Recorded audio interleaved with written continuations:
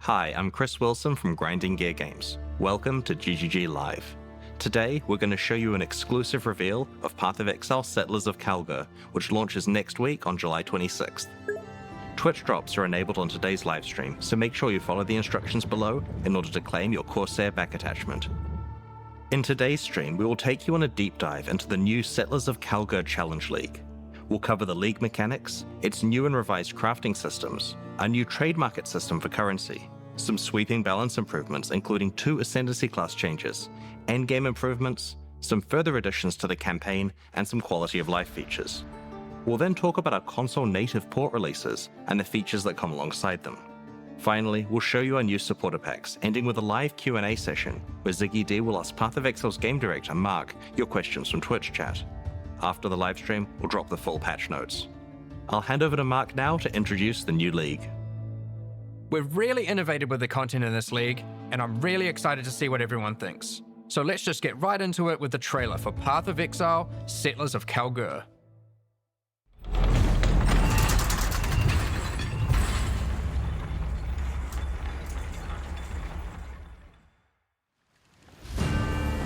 Rayclast is a cursed land. You'd have to be mad to settle here. And yet, welcome to King's March! It's not much yet, but with your help, we can erect the greatest city Rayclast has ever seen. We'll need resources and savvy planning.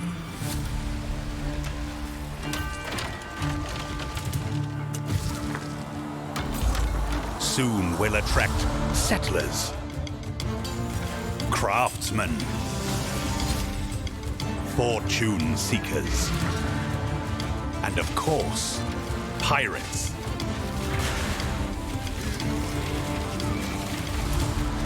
But if we prevail, our ships will be heavy with gold. We hope to achieve the impossible. We hope to build a home.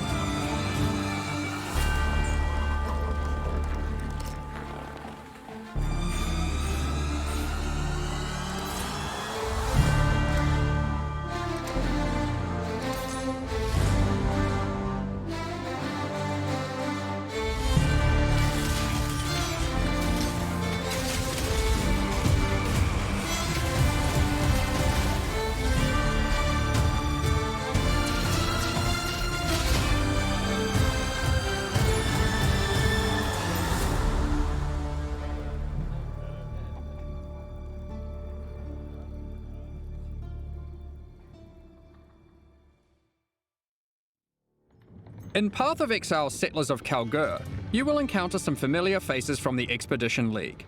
Danig, Rog, Tujin, and Gwenin are Kalguran people who are trying to establish trade between Rayclast and their homeland. They have recruited many curious characters from Rayclast, including some you may recognize, but are also seeking help of a powerful exile, like yourself. You will first encounter Johan, the King's Hand and Lionized Watch. He's there recruiting workers, traders, and exiles. Johan, under the command of the King of Kalgur, has been sent here to build a new city called King's March, which intends to become the hub of commerce between Rayclast and Kalgur. Soon, he will bring you to the planned site for King's March, which you'll notice has humble beginnings as just a tavern in a field. But with your help, it won't stay like this for long. It takes a lot to build a town. The Kalgurans will ask you to seek out resources that can be used to begin construction. On your adventures, you might find minerals such as crimson iron, which are veins of iron that have been overrun with corruption, spawning dangerous foes when you approach. Or perhaps orichalcum, which you will have to liberate from the demons worshipping it. Petrified amber attracts mindless, blighted enemies, while bismuth has a strong affinity to the elements and causes the area to become unstable. If you're lucky, you might find verisium. A material as valuable as it is dangerous, and guarded by very powerful foes. Once you defeat these monsters, the deposit will automatically be tagged for mining. But first, we need to get someone to do the hard labor. This is of course a trade expedition and nothing is free. Miners, along with other workers that the Kalgurans have hired, must be paid in cold hard gold, which you'll notice is now dropping throughout Rayclast. You will have control about who gets hired into your enterprise. Once you have accumulated some gold, head to the town and talk to the recruiter, Rauf. He's been busy tracking down hardy folk across Rayclast who are looking for work. You'll notice each person has their specialties and a wage cost. It'll be up to you to hire and fire as you please. Over the course of the League, you'll be searching for your perfect employees for each job. Once you have them, you'll have to keep them paid, safe, and alive, which we'll get into later. Here we have a prospect who has a specialty in mining. We'll start with that so we can begin to retrieve some of those resources we were talking about earlier. Let's go find some ore and put our miner to use. Oh, we've found a vein of orichalcum ore. It's guarded by dangerous demons worshipping a strange shrine. The shrine buffs the demons, giving them power, but once you defeat them, you can seize that power for yourself. After that, we can tag the ore, and our mining specialist will get to work. Soon, we encounter a few more deposits, each with a different dangerous encounter. After you have tagged the mineral veins, your miners will get to work collecting resources in real time. They might take a while, but will continue whether you are logged in or not. The work can be sped up by hiring more or better miners, and by upgrading the mining station back in Kingsmarch to equip them with advanced pickaxes. Alright, some time has passed and our miners have been able to get the resources back to town. We've also managed to collect some more gold too. We can now upgrade the town and build new structures. There's plenty of options, we just need to decide where to start. I think we'll start with the tavern, the beating heart of Kingsmarch. It can be upgraded instantly to improve the recruiter's prospects. And you can find various important NPCs relaxing here. Next, we'll upgrade our mining station. You can upgrade this to improve the efficiency of your miners and allocate our newly hired workers to mining.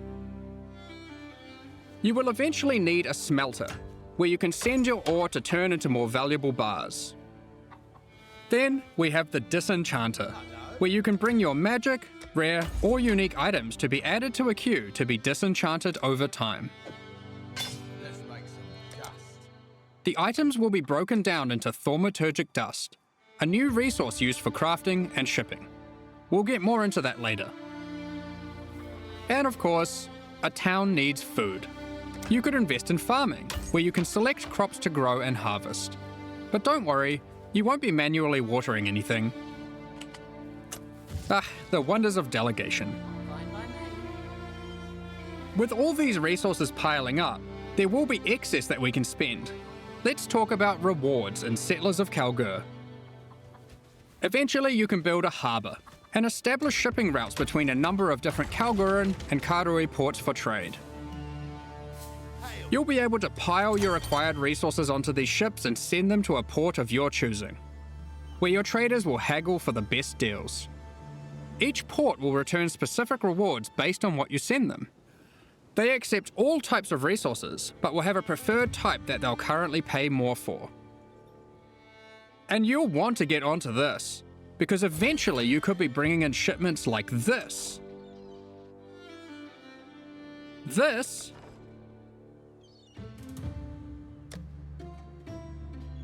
Or even this.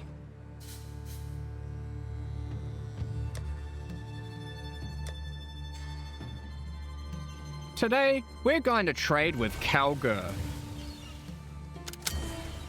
You'll notice that as we send more resources, this risk meter creeps up. Much like the dangers on the shores of Rayclast, there are dangers out at sea. Monsters, pirates, environmental hazards. You'll want to try keep your shipment safe. You can do this by hiring workers that specialize in shipping. The more of them you add to the ship, the less risk there will be. Like this gentleman, who's famous for fending off even the most dangerous of pirates. Now let's get that shipment going, and we'll continue exploring Rayclast while we wait for its return. This is the first Path of Exile League that experiments with true, real-time mechanics. You can send out shipments, go and have lunch, and come back to your rewards. Many mechanics in the League work this way, so you'll always have some ongoing project or outcome to look forward to. When your shipment has returned, or met its demise, you'll get notified, and at your leisure you can return to the town to collect your rewards. Our shipment returned safely, so let's go see what we got. Ooh, they've sent us a unique item alongside our rewards, perhaps hoping to secure us as a loyal customer for the future. Aside from shipping, the Kalgurans are big on their technology. They have hired Isla, a familiar face from the Heist League. She is an engineer who the Kalgurans have employed for a very exciting purpose. You're not the only one who understands how profitable running maps can be. Once at endgame, Isla can help you build a series of Kalguran modified map devices. You can then put a queue of maps into them.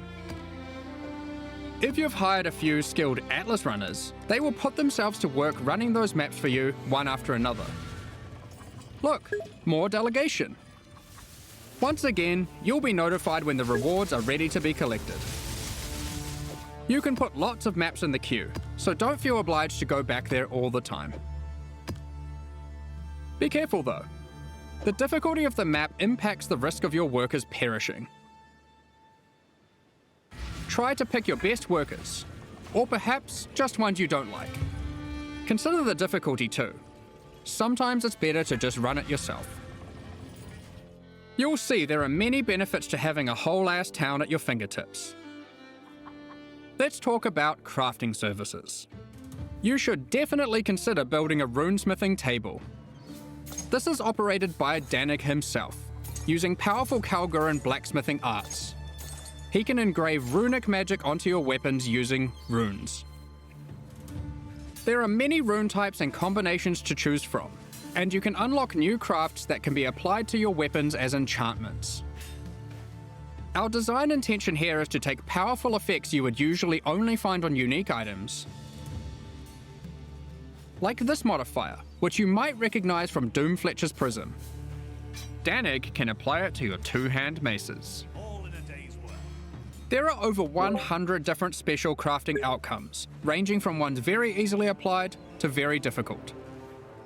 The rune types can be acquired through trade with Kalgur, or defeating powerful bosses.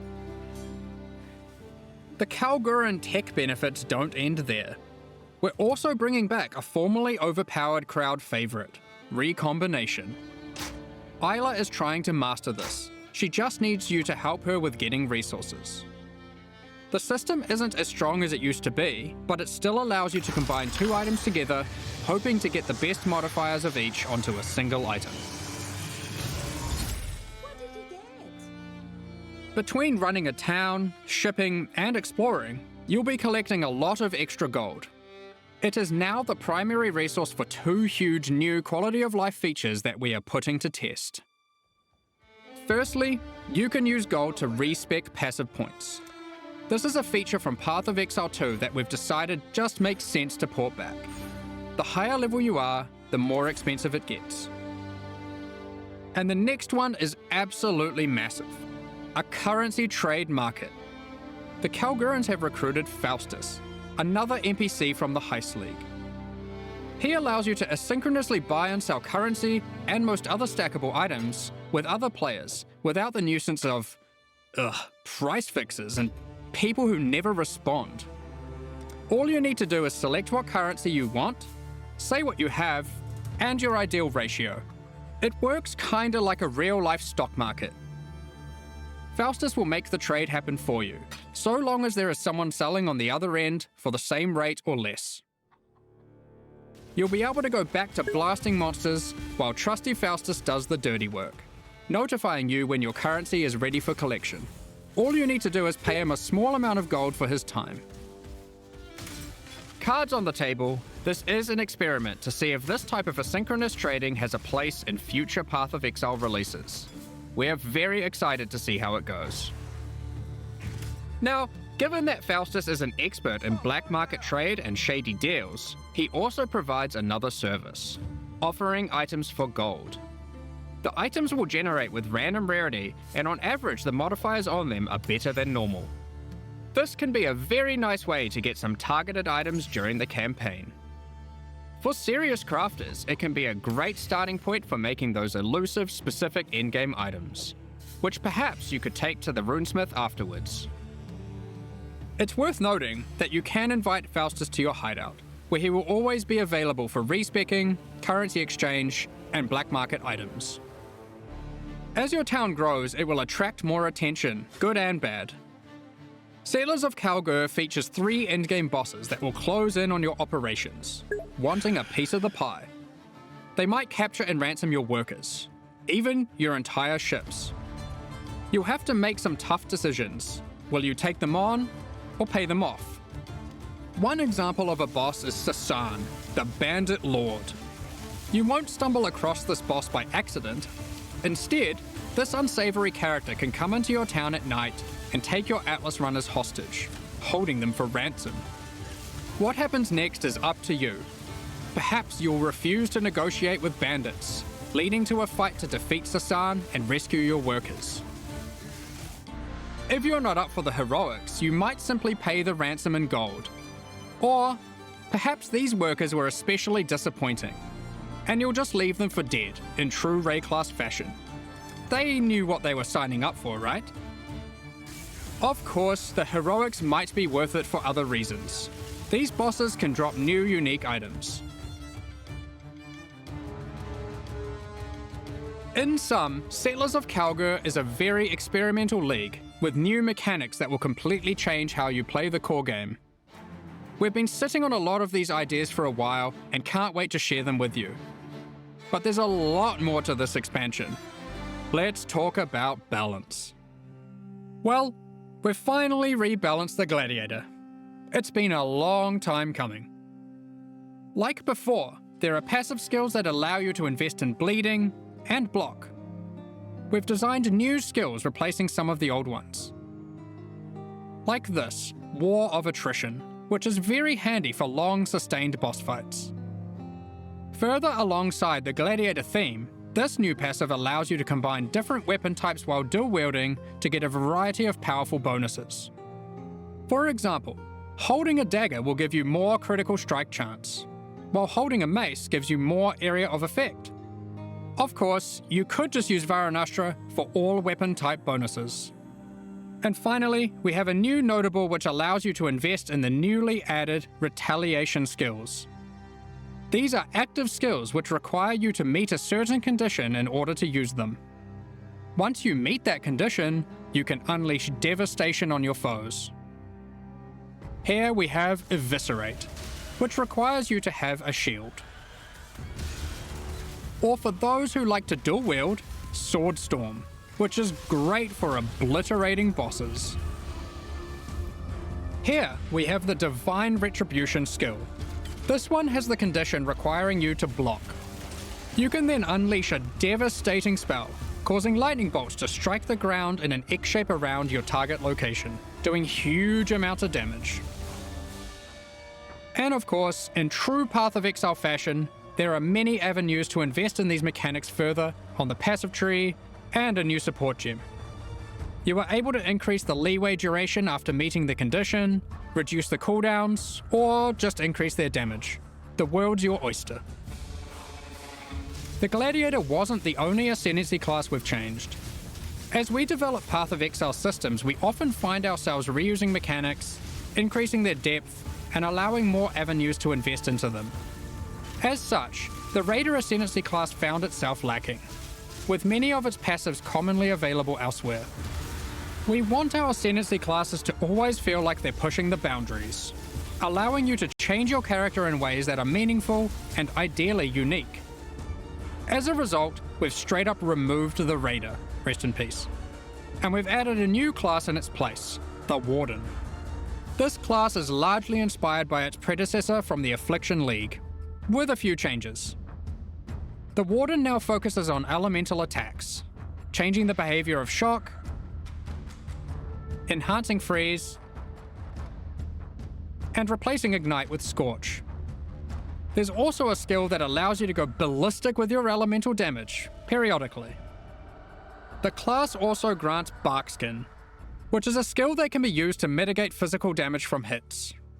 After taking a number of hits, it increases your evasion, making it a great defensive choice.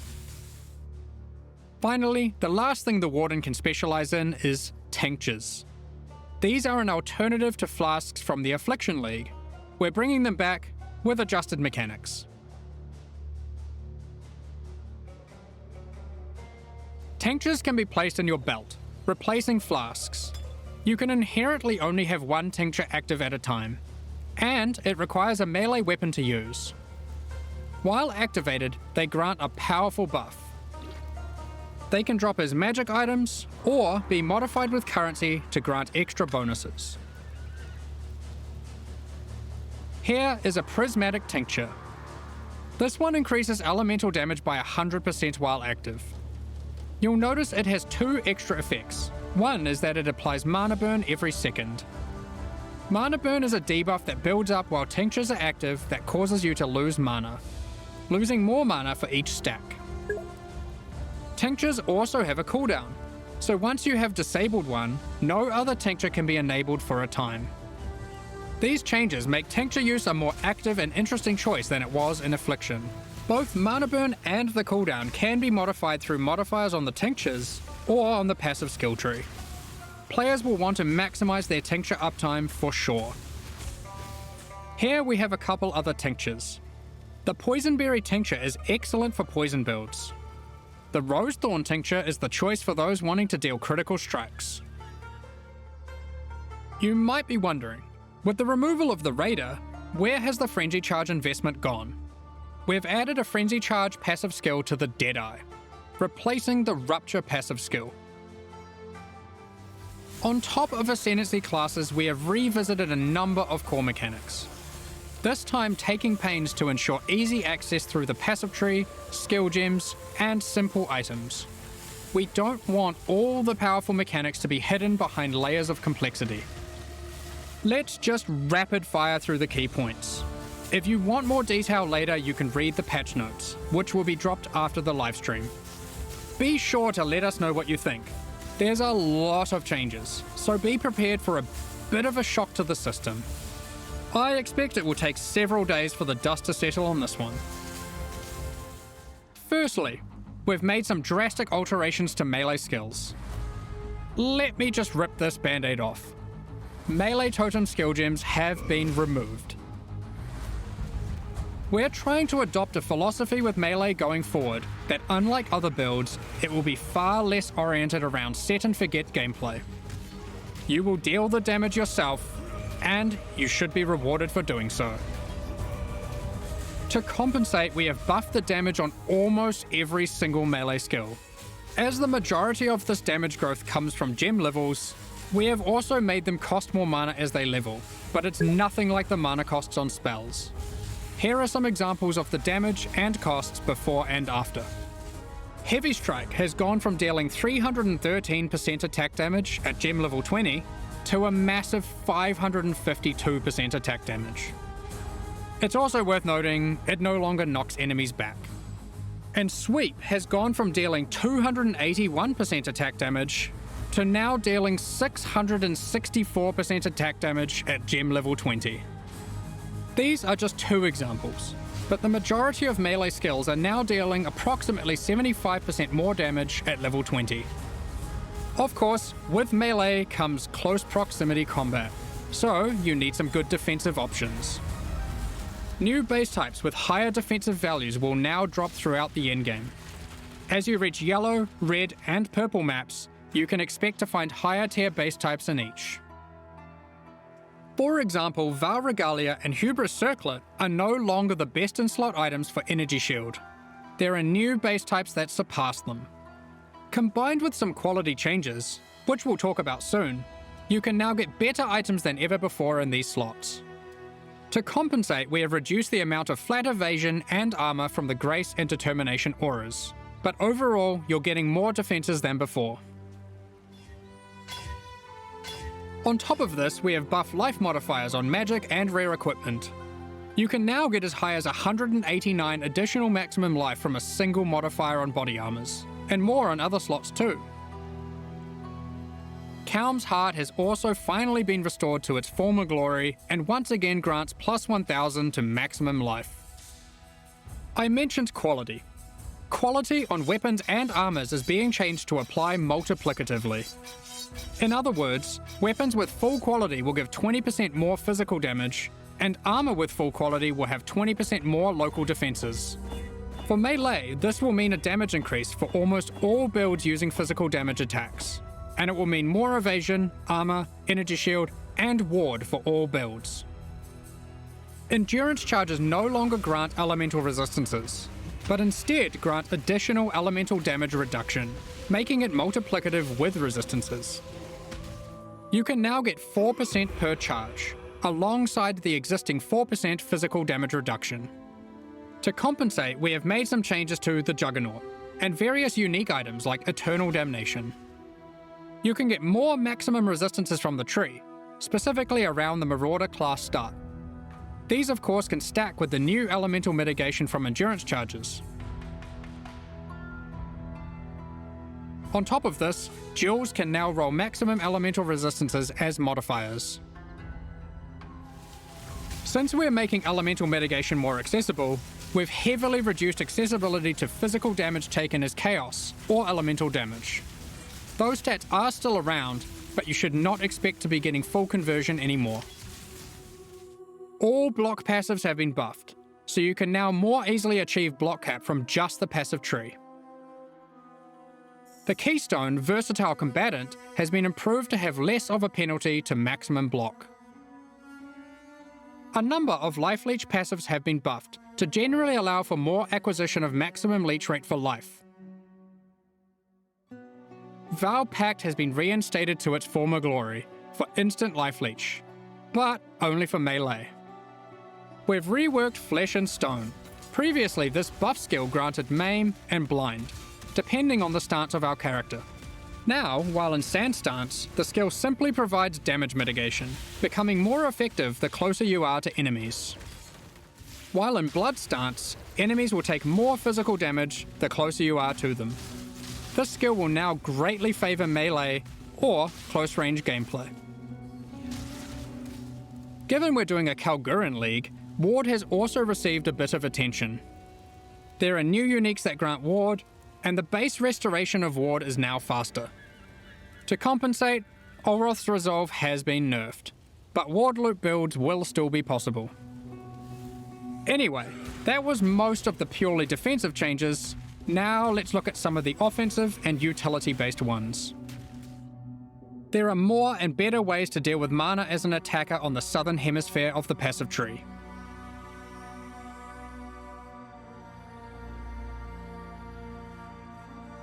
Wands, daggers, scepters, claws, and staves now have higher critical strike chance values than ever.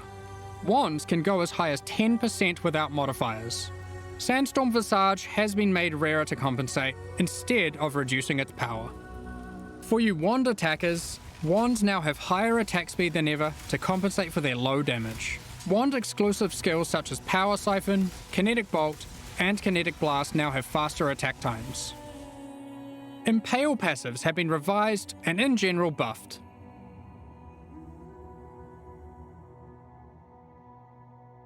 The buffs granted by Warcries are now simpler but more significant, and more universal to builds. They also now apply to allies by default. Banners have been reworked. Instead of having a reservation cost, they are now free. However, they don't grant a permanent buff. Banners now need to be placed for the effect to be active. However, once placed, they are far more powerful than before. Additionally, there are new ways to prolong the effects, and more ways to invest in them than ever before. Rage has been made more fundamental and discoverable. Rage is now multiplicative attack damage, but no longer inherently grants attack speed or movement speed. It has a new cap, and you can find many new passive clusters that allow you to invest into the mechanic. The goal is to make Rage more powerful as a baseline, and less gated behind the use of specific unique items and ascendancy classes. Berserk has been nerfed, just so you're aware. We have changed how bleed works too. You can now find aggravated bleed on the passive tree. When applied, all bleeds on the enemy will deal damage as if the enemy is moving, for the remainder of their duration. The skill Ensnaring Arrow no longer interacts with bleed, so no more will you have to apply bleeds and swap to a bow. You can now achieve the same result using aggravated bleed passives without the annoyance. Rupture from the Deadeye has been turned into a support gem. We've added the new Overexertion support gem, which highly favours slam builds. Now, it's time to look at a hot topic, Magic Find. In the Settlers of Kalgur expansion, we are going to be removing item quantity bonuses from all character items. This will not affect existing items in standard leagues. Magic Find is intended to be another axis on your gear you can scale once you have achieved the power you want. With item quantity being only available on unique items, this meant if you wanted to get the most out of it, you had to be playing a very specific build. We still want people to be able to invest into Magic Find, but now only through item rarity. This can be obtained on a number of rare item slots, and by a much larger number of builds. What about Ventor's Gamble, you might ask? Here it is now. This is one of the biggest balance patches we've ever done. I can't promise that existing builds will all be safe. Even we aren't able to predict all the outcomes here, nor have we even gone into every single change, just the major ones. I don't know, man. Balance is hard. But the sheer number of new, viable options is exciting, especially for melee. And we're determined to drag the game in a better direction. Be sure to read the patch notes after this, it's going to be a ruckus. In 3.24, we overhauled the in-game experience by introducing a new tier of maps and reworking scarabs. We want to continue to improve these systems and introduce more exciting in-game content every league. 3.25 is no exception. Let's check out the myriad of changes coming in Settlers of Kalgur. First up, we are changing many scarabs. We won't go into too much detail here to avoid getting lost in the weeds, but here's a few new ones. Be sure to check out the patch notes after this for more detail. We've also added an additional map device slot, which will be unlocked upon completing your first 10-way Maven encounter. This simply allows for more combinations of scarabs in maps, resulting in more difficulty and more rewards. This is on top of the existing additional slot that can be unlocked by completing your first Tier 17 map. There are now 6 map device slots in total. You might have seen our teaser, where we revealed we'll be adding new special encounters to the endgame. One such encounter is the Nameless Seer, lurking in Tier 16 and 17 maps. This NPC will give you a selection of unique items, and you can pick one for free. In Tier 16 maps, he now has an additional feature, where you can scry a map. This allows you to swap the divination card drops of the current map with another map on your atlas. Just one caveat, you cannot have the same map be in multiple swaps at the same time. If you want to undo your choice, you can use a scouring orb on either map on your atlas. We've also made some updates to a couple of leagues. Blight has been updated with some atlas passive skill changes, and double anointed amulets can now drop in Blight Ravage maps. We've also introduced a new type of oil that can only drop from Blighted and Blight Ravage maps. Ritual has also been updated. You can now find one new and many reworked base types, new unique items, corpses you can use to raise as specters, and occasionally a fragment, granting access to the King in the Mist's boss fight from the Affliction League. He will drop a number of unique items that were familiar from the league, but not that which was taken, as it is now that which was taken away. However, he now drops a different modular jewel that you might recognize from the Necropolis League.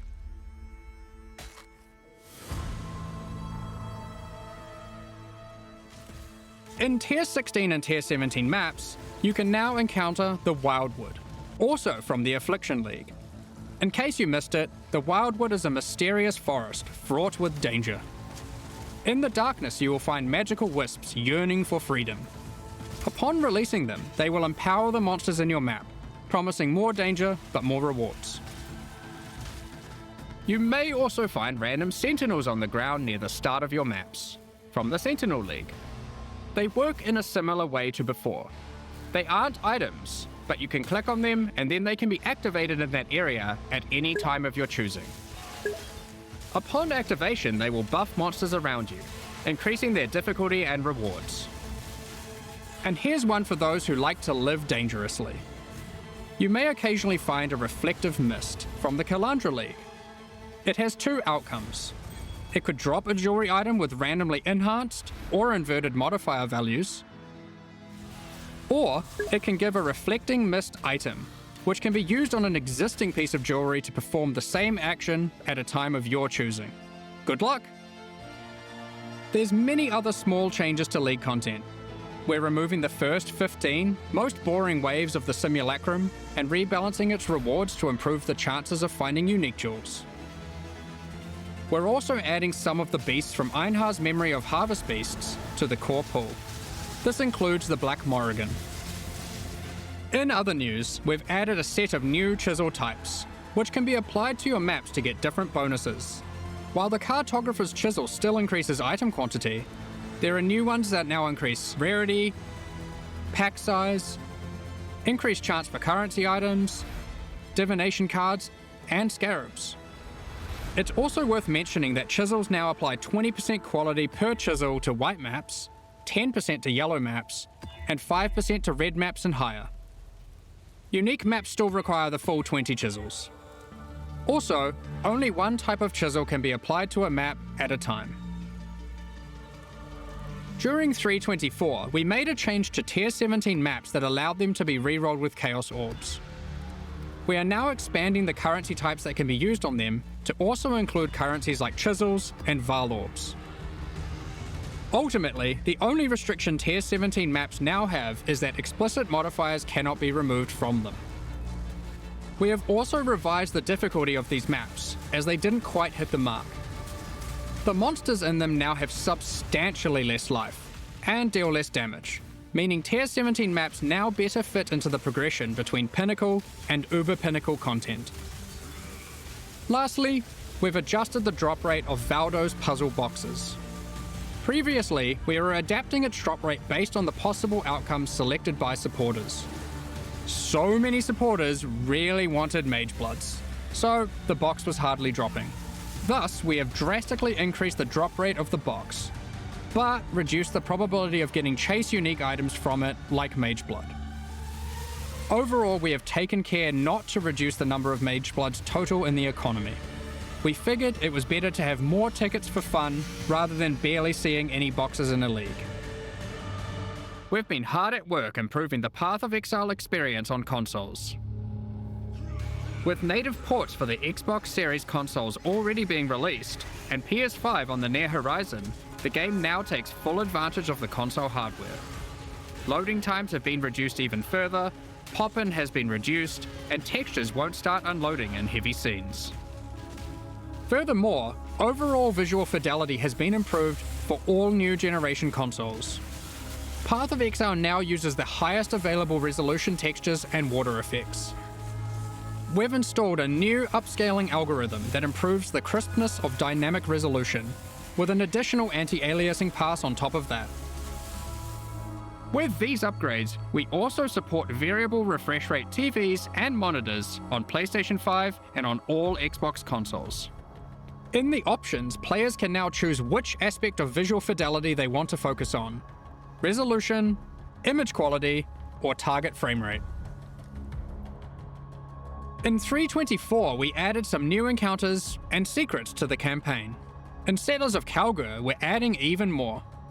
We're not going to spoil them all here, but keep an eye out for anything unfamiliar on your adventures. Who knows what you'll find? I mean, I know, but still.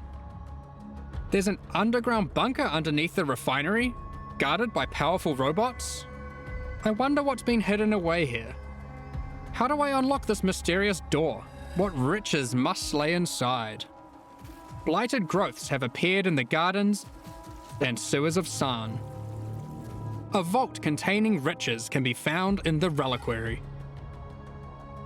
As you might have seen in our teasers, there's a slew of quality of life features we've been working on. Here's a quick summary. You'll no longer need to interact with waypoints to unlock them. You can just walk by and they'll activate automatically. When using keyboard and mouse, you'll be able to pick up items from further away. We're adding static life bars to some bosses. Not all bosses will have them just yet, but we'll be adding more over time. You can now see which divination cards drop in each map by hovering over them on your atlas. When you die, you can now resurrect without having to reactivate all your reservation effects, like auras and heralds. You can start harvest encounters with just a single action. The amount of quality provided by currency items like whetstones is now based on the item level, rather than item rarity. Those currencies now apply a 20% quality to very low-level items, with that amount reducing as the item level increases. Next up, we're going to be talking about our new League supporter packs. Today, we're launching 2 new series of supporter packs, the Paladin and Penance packs. Each tier contains the pack's full face value in points, alongside several exclusive microtransactions. These packs are only available for the duration of the Settlers of Kalgur League and will leave the store forever when it ends. As always, the microtransactions in these packs are purely cosmetic and do not affect your character's power or progression in any way. The Paladin series of supporter packs contains 6 exclusive microtransactions. Adorn your weapon or shield with the Paladin weapon effect. Make a show of leveling up with the Harpy Flyover level up effect. Equipping the Divine Paladin armor set will periodically cause slain enemies to be consecrated and laid to rest. This set also comes with a matching back attachment. Both the helmet and back attachment have options to display the radiant glow, or not, you pick. The Divine Judgment finisher effect locks onto unique enemies before obliterating them with a laser from the heavens. May your critical hits resonate across Rayclast with the Cleric's Bell back attachment. Invite your friends to spend a day at the races in the Vasteri Racecourse hideout. Add rowers to the track to race them against each other. Or you can just spectate from the sidelines. The Penance Pack series also has 6 exclusive microtransactions. With the Penance back attachment equipped, a repentant soul is chained to your back and lashed with lightning. Ouch. Place none other than the Trial Master in your hideout and have him comment on your chaos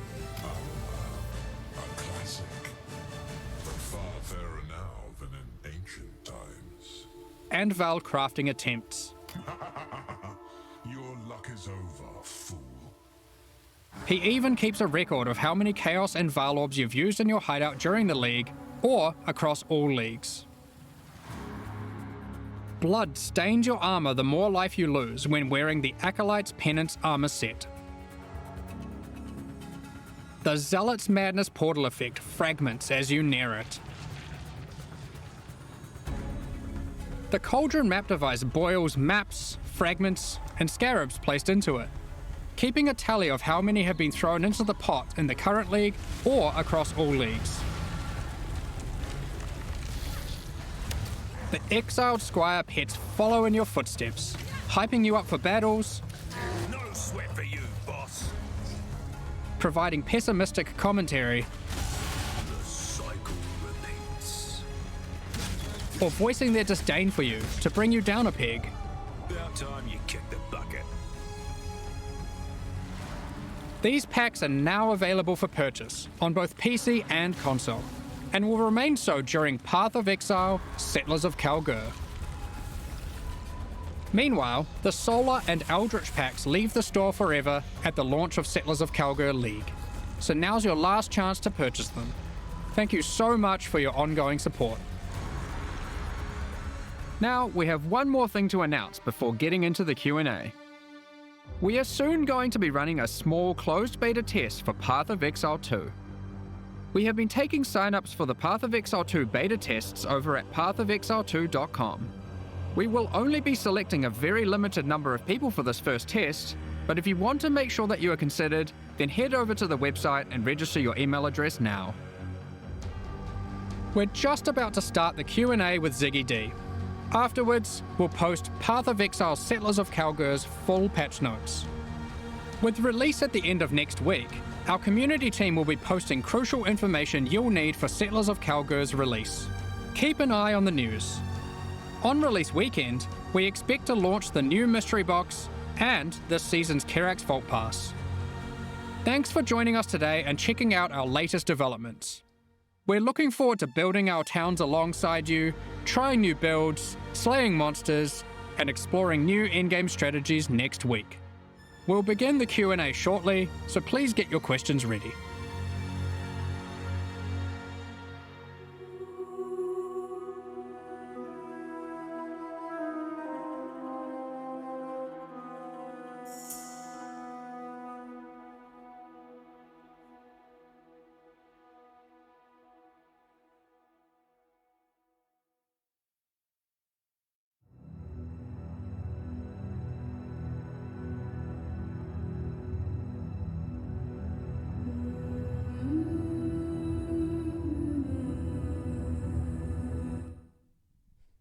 Good morning, Exiles. We are live from the Grinding Gear Games studios here in New Zealand. All three of us in person today for the first time ever for a very exciting and massive Q&A after some real whiplash from some huge announcements there. It just kept going. Like, you guys just kind of got in a room together and set up the whiteboard and put everything on there, huh?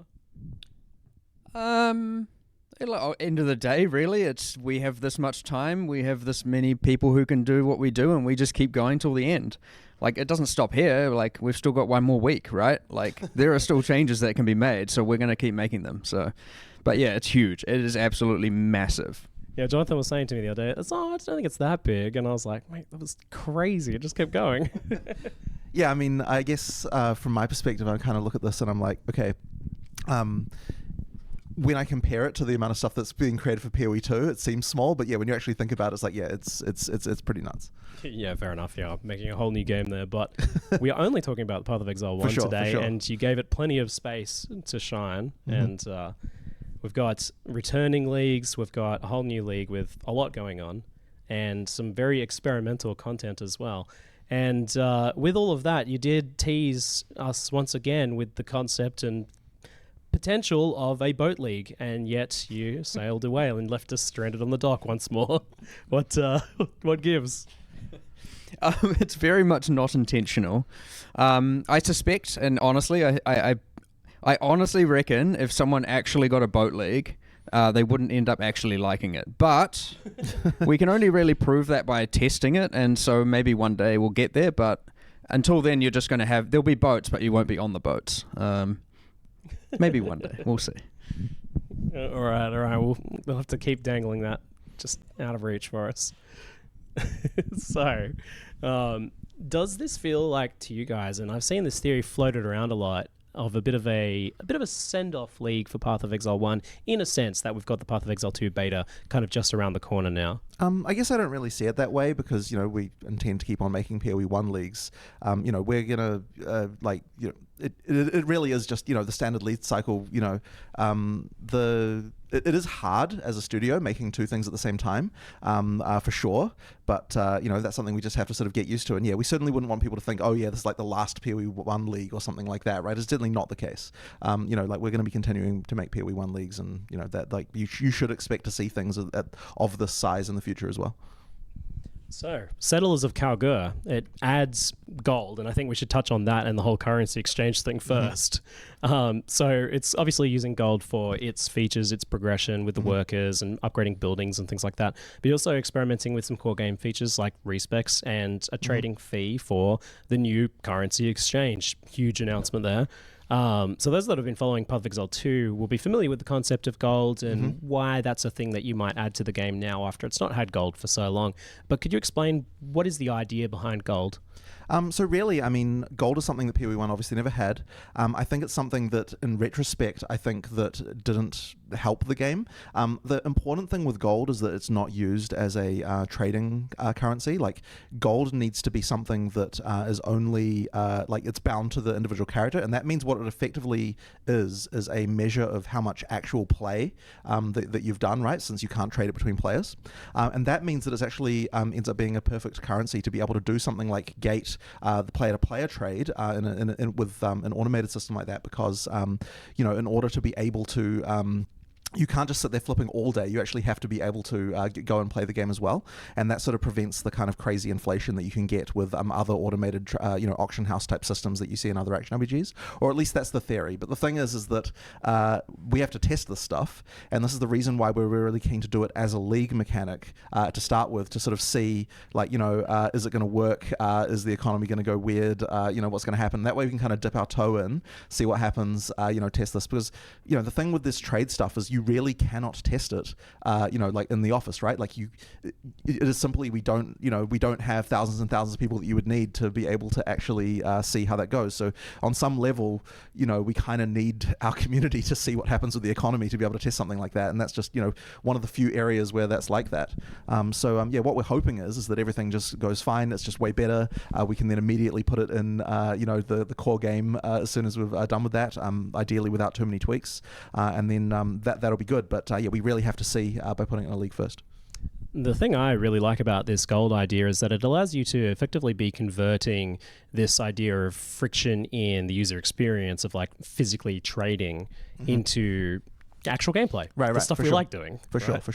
That really helps. And as I said, like this system, it'll be also really nice to be able to see how it works before we ship PoE2 as well. It's really nice to to be able to do that. And we may be able to go further than this. The intention is to go further, and so this is effectively our first the first part. We'll see how it goes. I don't know if you know. There is also one thing about this, and just because it maybe wasn't clear, is that despite being in the league, gold is just dropping as items from killing everything in the game. You kill monsters, you play the game, you're getting gold.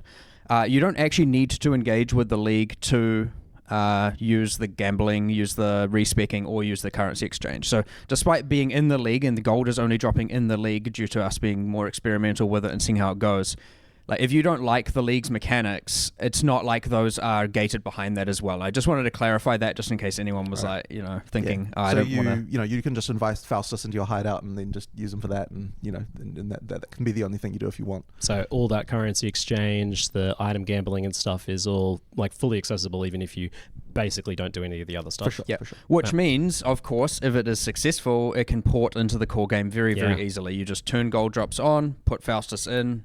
Done. I mean, there's a little bit more than that, but that's generally the summary of it. And it doesn't have to come with the whole kind of city building element and all of that comes alongside it. Yeah. Yeah. So, do you see it being something that's likely to stick around then? And that's kind of the intention. That is certainly our intention. It's just that we want to be able to still have an out if things go horribly wrong, or if we feel like we need to change some stuff. So it is certainly our intention to keep it in if we can. It's a nice little safety net at being part of the league for you then. Safety rip. Probabilities are high, and I suspect also no one's going to let us remove it, right? So let's be realistic here.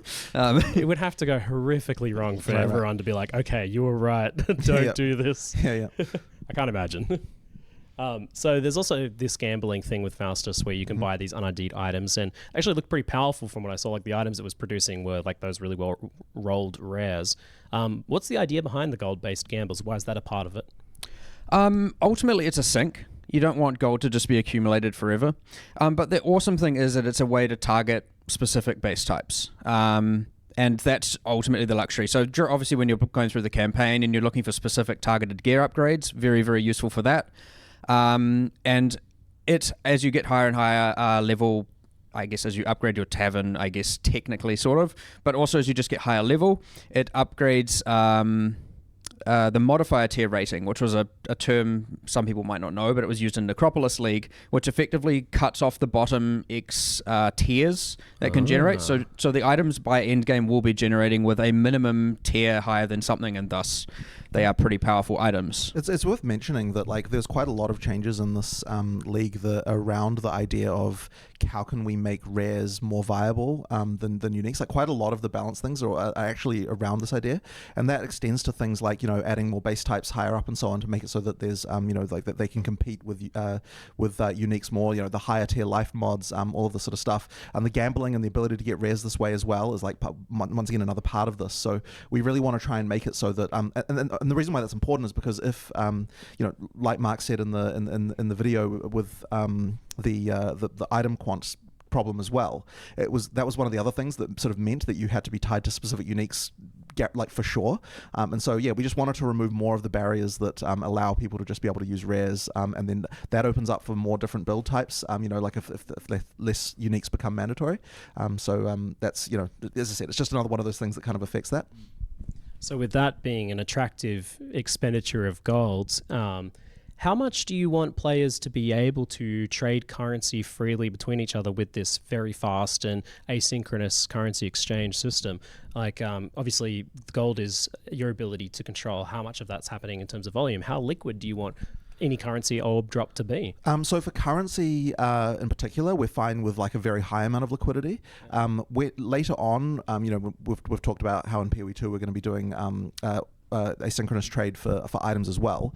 For that, we need to have a bit less liquidity, and the reason why is because currency can sync itself, like there is its own currency sync. So effectively, that means that we don't have to like worry too much about fast trade there. Like the relative value should establish, and everything should be okay, and it shouldn't matter too much about that being highly liquid. That said, there is still a gold price to do it because we don't want people literally just sitting there just doing only that forever. But that this is something that we don't want to. It certainly should feel like if you're just playing regularly, that you can get all the currency you want from the trade market and you don't feel restricted by the gold price. Like it's not intended to be something that a normal player would run into, assuming that they're just doing normal things with currency.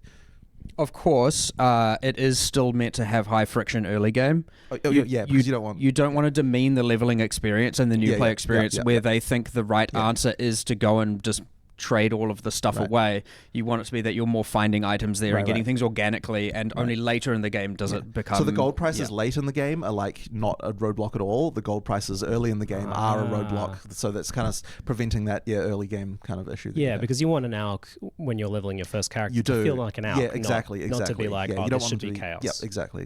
Yeah, okay. But that honestly sounds like a relief that you're not worried about that sort of thing too much, because that kind of incentive to hoard currency and not spend it all while leveling is always a bit of a bummer. Right. This feels like a bit of a momentous occasion, the the currency exchange.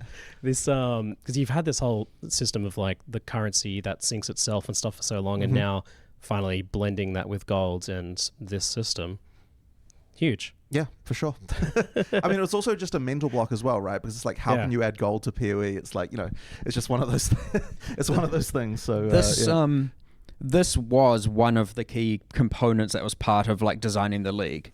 It was largely like how we started from that point. Because again, when you ask most people in the office, most players in the office and outside the office, what is the like number one problem with Path of Exile? And what experience gives them the most negative reaction? For sure, it's often trade.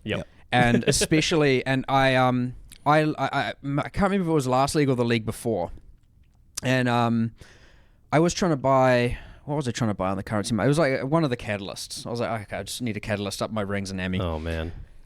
And you get 100 people on the trade website. I just went spam. I got 100 people. And guess how many replied? Zero. Zero people replied to me. Now, I know you're meant to scroll down because all the top people are just bad actors. And then it's like, okay, I actually got to a point where I was like, okay, genuinely no one replied. And then like so I was just like on Discord, I was like, yo, I need some help buying these things. Can everyone just start messaging everyone trying to get these catalysts for me, please?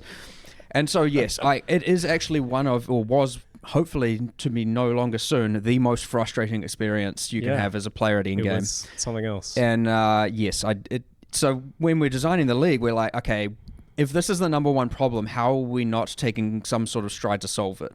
And so that's kind of where, well, it almost acted as the basis of how can we build something around that, because then it's gold, and then it's like, what can you do with gold? And then we just extrapolated from there into all kinds of things. So yeah, I like that a lot of what we're developing now is coming from a how can we solve actual problems first, as opposed to just, well, as opposed to entirely like how can we add cool content. It's like how can we do both of these things at the same time? And I feel like a lot of what's going on in this patch is with that philosophy, as opposed to just here's cool stuff. It's solving problems and adding cool stuff at the same time. I love this trend of you just doing the thing we do and being like, this is awful, just like you said. Actually awful. Like I tried to in that live stream, I tried to voice my disgust at when I talked about price fixes and people who don't reply. But like, if you had got my actual emotional reaction, I would have probably been screaming a little bit and raging like a little bit more. Yeah, most infuriating thing, and it was one of the things that ground me down last league that stopped me from enjoying as much as I could. So it's huge, and it really pairs in with like the Scarab changes and stuff recently as well. So we'll talk more about that later. But the currency exchange includes fragments, scarabs, anything that's homogenized. Exactly, that's the word. So yeah, so obviously it can't work with things like maps and so on, because they don't, they're not all identical. It's just anything that where they're exactly the same. No one item can be distinguished from another. It has to be able to stack, is ultimately the goal, So yes, use the existing trade system for the things that can't. So that's like beasts can't be, maps can't be, incubators can't be because they have a level, things like that. They can't because they cannot guaranteed stack on a single thing. And it's not like you don't want to have a tab of incubators where it's got every incubator level 1, every incubator level 2, every incubator level 3, in this giant mega eternal list. So things like that you'll be trading using the existing way, and all stackables you'll trade hopefully using the new way. All right. But div cards? Yes, div cards are in there. Yep. Wow. Yep. Wow. Anything that is stackable, that there's just so many of them, that's all. Yeah. Anything that's stackable and has no other variable. Yep. Wow. And you were telling me that like it will list like the 13 most common trade pairs for each item, and so this is the thing, because with this trade system you can technically trade any item for any other item, because that's how PoE works. So we have to have some kind of way to basically tell players, okay, so here's the actual thing that like people are trading this with. So effectively, unless you're the first person ever to trade something, then it's going to say like, here's the most popular several things that people trade for the SOAR, trade for the Sin. It also shows you like the market price, obviously, for what's been going on, as well as okay, so we're getting into stock market terms here, but the first five price levels in the order book. So that's to say you can see like what the how many things are available at a few different price levels, and that will allow you to to do your trade. So I suppose some people will be learning more about the stock market pretty soon. I guess we'll have some people are going to love that. Yeah, for sure. But one thing just to make sure people understand is like this is still player to player trade. Like you don't know who you're trading with, and like it will be instant if there's like liquidity in the market, but it is coming from someone else's actual stash. Yeah, it's a physical trade still. Yeah. So just that's worth bearing, because some people, when they see the video, they're okay, it's just like you're trading with the system somehow, or there's some kind of like market thing where the system like determines a price or something. No, it's not that. You're actually buying off someone else. So any trade you do where you've got like I'm buying this, I'm selling this, someone else has entered a trade on the other end of I'm selling this, I'm buying that.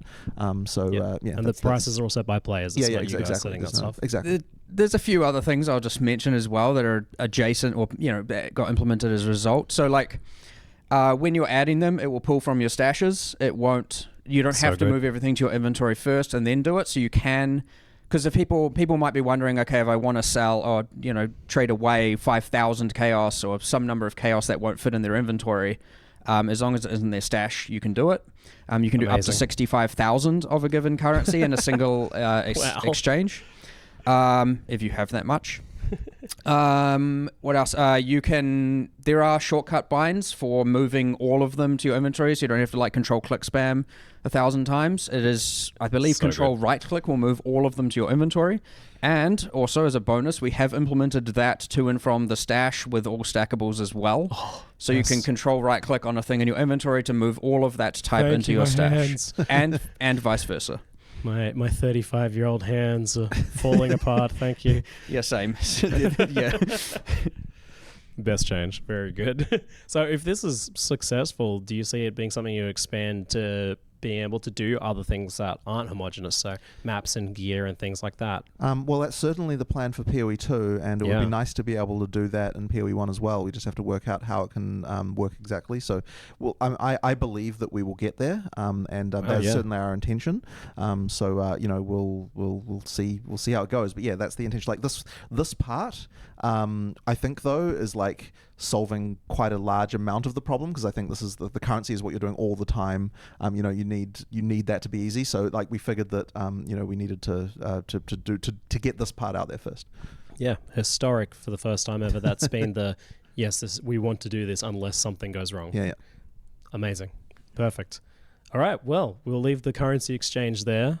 Thanks for the extra insight on that. Did you have to resist the temptation to go like full candle graphs and all that stuff? I'm sure at some you wanted point. to. I'm sure at some point this will start to happen. We'll have like community like websites of like all the technical plugins. indicators and like all that sort of stuff. Mad Money YouTube channel. Yeah.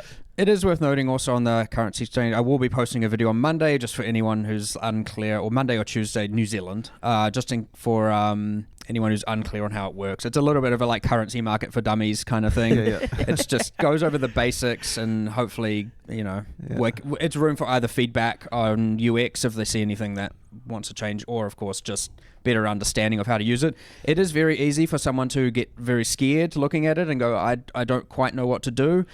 But it is pretty straightforward. You just, it can be easy to fare yourself out of buying or selling stuff because you may be like, I don't know what the best ratio is, and it provides all that stuff for you. It's pretty straightforward, but still, so hence putting out a video to try and help people out, in terms of understanding when they're going into it, and we'll see how it goes. Mate, I'm definitely signing up for your trading tips newsletter. Can't wait. My trading tips currently is like spam everyone and get really angry. So hopefully it's no longer that afterwards. That's all of our strategy currently. Excellent. So returning to Settlers of Kalgur, how did this very cozy concept for the Settlers come about of this town building thing? Well, I know what you pitched me on first was Pal World League. That was the first pitch I got. I remember your initial response, I think, was, "What? Hold on, that could mean many things. Does that mean we have guns?" And I was like, "Well, Catch maybe." like Pokemon things. So it kind of like it moved around a little bit from the initial pitch. I know, like, 'cause I mean, the first pitch was definitely too complicated with all sorts of like, it had like way more stages of different products and all sorts of stuff going on. Like it was pretty crazy, and so it kind of got put into a more sort of like PoE applicable like way. That was the initial one at least. But I don't know if you've got a it was coming from, again, the philosophy of wanting to solve problems. So I wrote down all the problems. And I was like, how can we solve all these problems? And it was like, well, if you had an NPC for each, and then it's like an NPC, well, that would mean a town for each. And then you want to make some game mechanic out of it, so you have some level of automation and stuff like that. And yes, there was a very, very, very long list at the start. And we ended up just refining it down to like, here are the actual important things that we can do and want to do. But yeah, and then obviously how the rest of it came about, the coziness and using Kalgur and all of that stuff, ultimately just comes from the fact that it's like, well, one thing that takes a long time in development, like a very, very long time, is art, right? It takes a long time. You got your concept, you got research, you got, all the way through to the actual modeling and everything. It is a long process. So all of a sudden when you can be like, well, we've got all this art from this other game here. Andy. Yeah. So Cal, we actually thought it would be pretty cool, basically, because in Act 4 and PoE 2, we've got this whole thing of like the Calgurans making a settlement on Rayclast. We thought it would be just cool to sort of tell that story of how that happened here, and we've got some of the stuff like we're like, it would be quite nice to do that.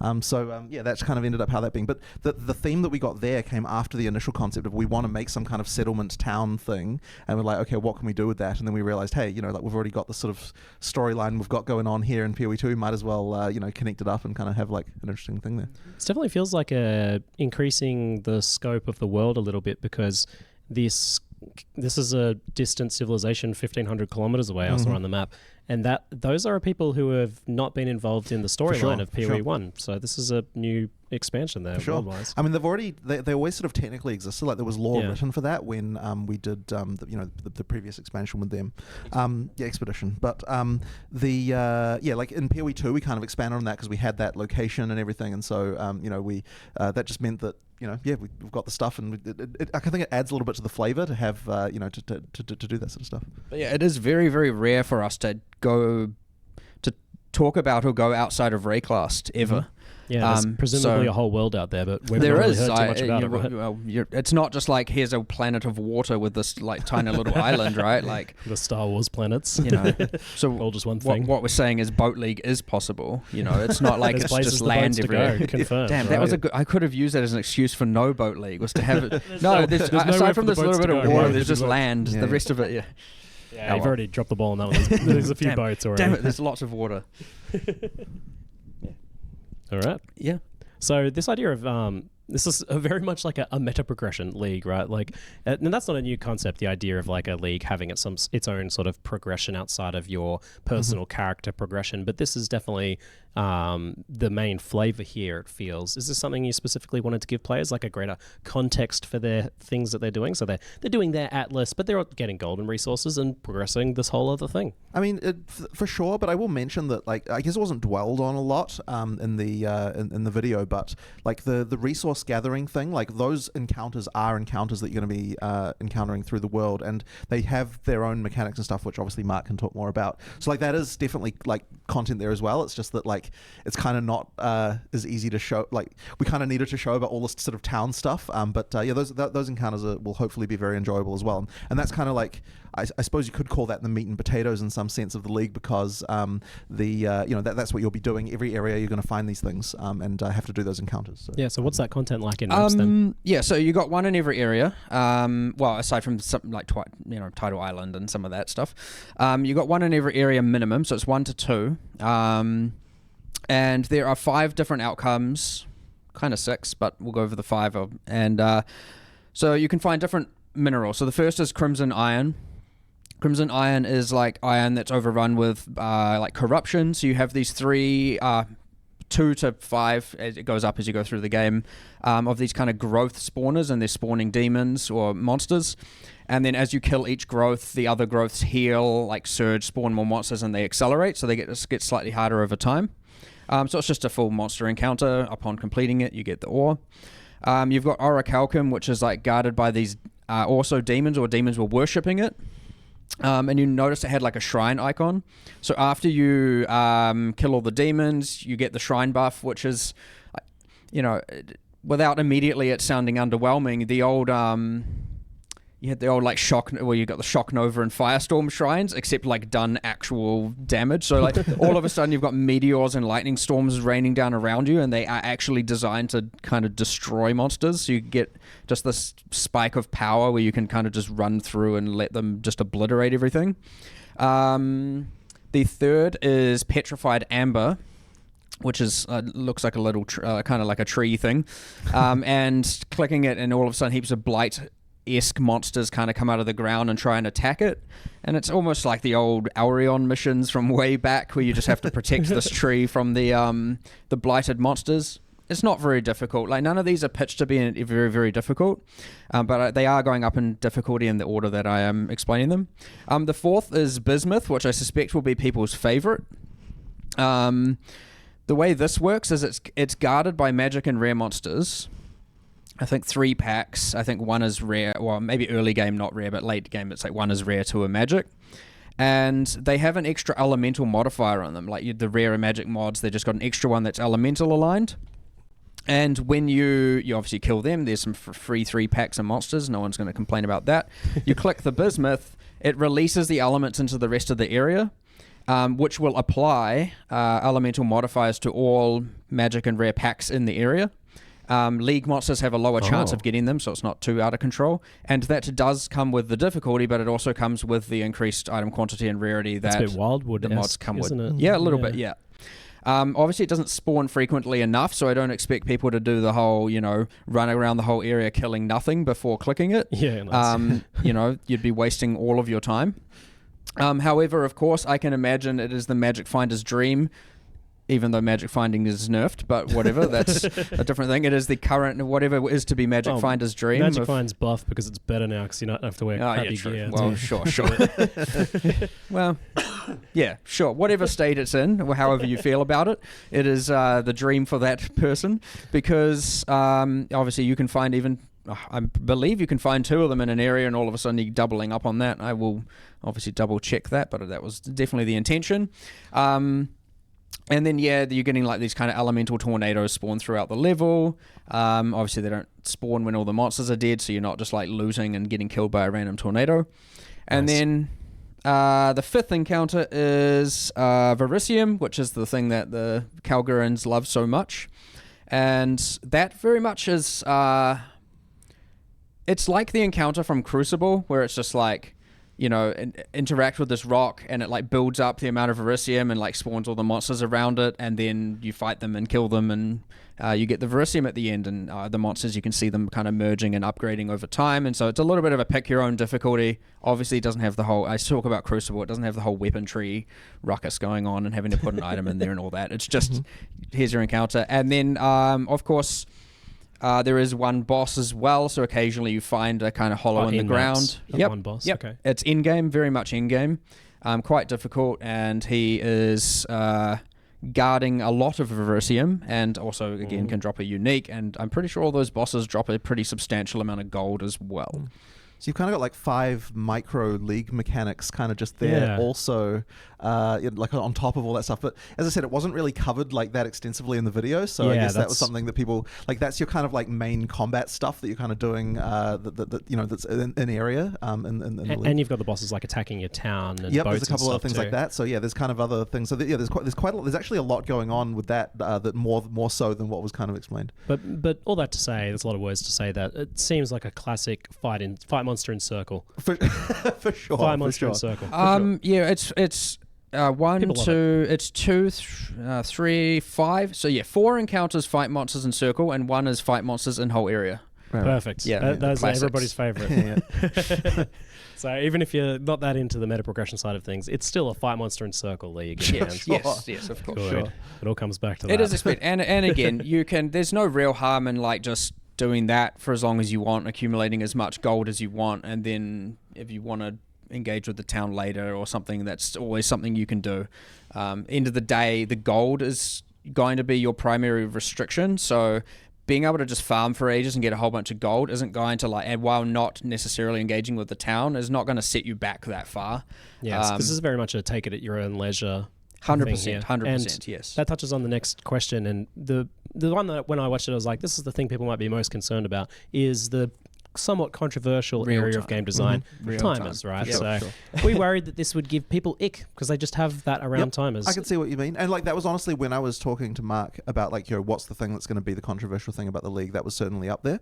One thing that we're wanting to make sure that's really clear though is that you can stack a lot of work like on like in your town that can be done in a queue without you having to come back. So it's not like you have to come back every freaking hour to like check on anything, right? Like you can queue days of work and like if you're doing like your map runners, for example, like you've got your big queue there that you can do, and then like you can just come back and then they've done all the maps, you get all the loot from all of them. So you can just log in when you normally log in. It also doesn't mean it's so long. Like there's these sweet spots in time that we've really aimed for, right? Anything too short, highly annoying. And then anything too long feels like a mobile game. Right? So we have this kind of sweet spots for a lot of them where it's like for example, you have your queue of maps, but I think I will note, like, I'm going to say some times, but it is like highly variable, and you have the agency based on how much gold you have, the skilled workers you have. You can get these things pretty damn quick. You can, but you can also have them take a bit longer, and it's not necessarily the right or wrong answer to go either way. So if you want faster turnaround on your rewards, you do have some agency on that. It'll just cost more gold to do so. And if you want to have like a slower turnaround, like, and focus your gold somewhere else, that is entirely up to you if you want to do that. So it's got a lot of agency. However, like, we have been experimenting with numbers like a lot. It has been discussed constantly. And for example, with the shipping, you had the port of Calgary. That's the one that has the longest distance, so the 1,500 kilometers. That does take the longest. And I currently believe it's like, towards even 10 hours. But there are ones that are going to take less than 1 hour. And now there are advantages, like a longer shipment will yield better rewards and have higher risk and different rewards. Each port has different unique rewards, and a closer one, but it's not like such a differential that you're always going to do. Well, it's hard for me to predict exactly what players will think that is the best answer, but it shouldn't be the case that you're always doing the thing that takes you feel like you have to do the thing that takes like 10 hours. So there's lots of quick things, lots of long things, and it's kind of up to you how you want to engage with that. And I think that's honestly what mostly differentiates a lot of this, aside with the fact it's also gated by gold, which requires you to actually play the game. It's not like it's just some AFK town, at the end of the day, you have to be playing in order to actually achieve this, killing monsters, looting loot. So there's heaps of stuff there, but we have aimed for that exact sweet spot such that if you are playing, it's not highly annoying, and also not like I never get my rewards. Like it's going to be pretty bad if you're like, I'm level let's say you're in Act 1 and you unlock your shipping and you send your shipping and you're like, okay, I'm not going to get that back till I'm level 80. The ritual problem. That's just terrible, right? So yes, there are very quick turnarounds as well. For things like that, and then there are longer turnarounds when you're willing to spend that time to do so. And noting there are 3 ships, you could send one to a far port and then one to a close port, so you can get some ships turning around with high frequency and another turning around with a longer frequency. And the same with the mapping. It's entirely based on the difficulty of the maps, and again how skilled your runners are. So if you want to have higher turnarounds as well, you can put in either easier maps, lower tier maps, or you can put in more difficult maps. Now, I did note in the live stream, the timer on the mining was before we had done any iteration, so I'm pretty sure it had some real absurd amount of time to mine that ore. That was just a straight mistake. It does not take that long. It is much, much, much quicker. It's also worth mentioning with the stuff is that, like as I was saying with the queues, like, okay, you can just put as many, like when you find resources and there's that sort of mining queue, it's not like you have to like manually reassign your things every time. Like they just move on to the next task. Yeah. So effectively what that means is that, you're not having to come back every, like, and refresh them. You just play, and then the only stuff you have to come back, anything where you'd have to come back and reset them, like for example with the mapping, the queue is long enough that you can just like jam a bunch of stuff in there, and then like what I don't want is you to feel like you have to like wake up in the middle of the night and like freaking put more stuff in there and then come back. That's what I want to avoid. Like it should be that you're still coming back at the normal time that you would play, like that is our design intent. And so if that's not, like we need to make sure that we're balancing it correctly so that that's the case, that you don't feel pressured to like log in at some time you wouldn't normally do it. Yeah, this sort of thing can be fun because it's like you get to come back to rewards and progress, and everybody loves progress and progression, right? We're addicts for that stuff. That's why we play this genre. But I was definitely concerned about that idea that would have to, I feel like if I didn't get on in half an hour after I was planning on logging off, I wouldn't be able to reallocate my workers. Right. But you don't have, it just does that. Yeah, it just doesn't. Well, we're not making a mobile game here. I know that's the and you can't pay to skip association. any of these timers. Of course not. And I'm not going to also at one point. I know. Look, these things are always going to be divisive. They're not necessarily going to be globally loved. And part of it is just you're going to have to try it to understand. The concept of a timer is scary to start with. But I'm also on the other hand not going to sit here about complaining about the cold currency thing and then also implement something that on the other hand I'm going to have equal levels of frustration with myself as a player. Surprisingly, but you want to play this after all, don't you? 100. Of course I want to play it. I'm never going to make a game I don't want to play. So yeah, my hope is, but of course that assumes we get it right. The good thing is we're very, very fast to react to this stuff. So if the timers are tilted one way or another, we have so many levers we can adjust to rebalance. It is, of course, we get our internal feedback, we get our alpha feedback on the times, but that's still a very small subset compared to everyone. So I could expect, if things aren't right, if they're off, if something is taking too long or too short, or there's not enough agency, we're very, very quick to be flexible to that stuff and react to it if we have to. But yeah, it's interesting and it's new for damn sure. But I'd say I'm more on definitely on the side of excited over worried. Good. But there's always a little bit of worry there. It comes with the job, and I like that you guys are still trying new things. Whether they work out or not. 100%. A large part of what we always try and do is push the boundary, right? Like, just doing the safe thing over and over and over again can make things feel quite stale. So we definitely want to take risks and see where they go and see how they evolve, and because ultimately I believe that makes the best game possible, for sure. Keep trying it. One more quick nuance about that is the progress on timers and things, that's all even online versus offline? Yeah. Okay, so whether you're you don't have to stay logged in, online to speed things up. Good stuff. The only things that can happen that disrupt it, which is obviously if your map, if your ship gets commandeered, it can get commandeered offline or online, right? So it can stop it. It isn't something that happens ultra frequently, and you can avoid it. You can get it to the point where a commandeering will not occur, and the same with your Atlas runners being kidnapped. That can occur online or offline, but again, it is avoidable. It doesn't have to happen. If you can get good enough people and run slightly easier content, and all of a sudden there's no risk of your Atlas runners failing or anything like that. Yeah. Speaking of risk, so how does this scale with map tiers and map effect and stuff like that? So as you move up through maps, do you get more resources, more gold? Does it scale with map quantity? So your mods? Yep. Gold scales with everything that drops would scale with. In party, I get my gold, you get your gold. We cannot share gold. Obviously, there's no point in having it if you can't trade it. Then all of a sudden, items do not sell for gold, so it's not like you can trade items to bypass that. But everything, item map quantity scales gold. Yep, all the same. It's auto pickup, obviously. With obviously the new enhanced item pickup radius, and the amount of ore also should scale with quantity. Yes, obviously, much like sulfite, I guess, from Delve. That's probably one of the closest comparisons in terms of giving you a resource. Yeah, that makes sense. Yeah. So it seemed like mostly gold was used to upgrade the buildings and things like that in your town, and that sort of progress is mostly through that. So the resources are all for this shipping, to get this risk-reward system, to get currency and gear and stuff like that. And the multiple pages of currency thing, that looked a bit crazy. Is that for real? How much work is getting 3 pages of Chaos Orbs and Divines and stuff? Well, that's that agency I'm talking about as well, where a long trip should yield a lot of loot.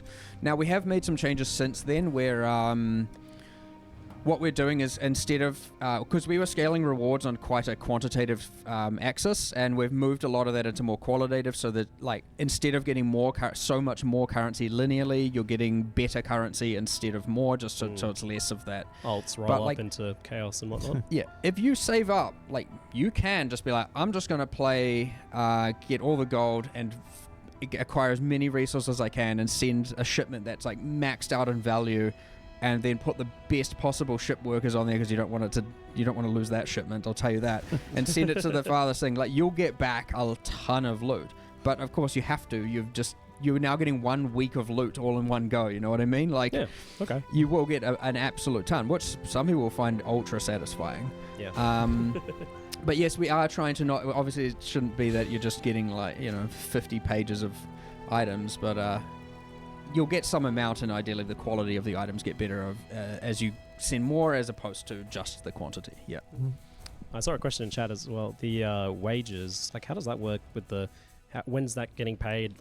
Do you get overdrafted account fees? What are we dealing with here? So you have to take so you've got your personal gold, and then there's a treasury, and you want to put the gold into the treasury, and the wages only take from the treasury. And the reason for that is so that you're not just randomly losing your gold, that you're okay, I'm going to get to 60,000 so I can buy these items. All of a sudden it's just draining it, and you can't figure out. So your wages are paid from the treasury. You can do this via Johan or via the village map. There's just you hit add, drag, set an amount, hit add, it goes there. And yeah, they are just continuously drained from that. So it's not like it doesn't really come in chunks. It's like continuously going. And do they unionize if you don't put enough money in there, or? Not in Ray class to know. No worker protection in Ray class. All of a sudden, you might find you're collaborating with those pirates and with those bandits, and like arranging. You're arranging them to come in and kidnap people more often, and you had that abandon option we saw because those workers were nice. No, they don't. It's all very much a. We're all achieving the same goal, I guess, on the same team, but they just want their money. That's fine. Yes, the children yearn for the mines. So I cracked up when I saw the map running teams auto-simulating map thing. Yeah. So do they actually simulate running the map? Do they like actually run the map for you and get the things out of it you would get out of it? We've tried very hard to make it feel like the case. However, of course, you don't simulate actually every single monster dying. It's too much expensive, right? Extrapolated. But you effectively take here's what you have, and then you have, here's the question: do you trust the workers to pick up the right items? Because what if it's like you like get back your items and you're like, damn it, I know you left a mage blood on the ground. I just know you did. But yeah, anyway, you're not going to think about that, obviously. I mean, you can if you want, but yes, you do get it back. So if you send them to, I can't remember which maps. We've shuffled all the div cards around, so I'm not sure which maps drop what. Now But we can too. whatever one drops mage blood, if you put that base type in, the mage blood card, you will get that card out. That is the way to get that. Of course, generally people like running that themselves. So.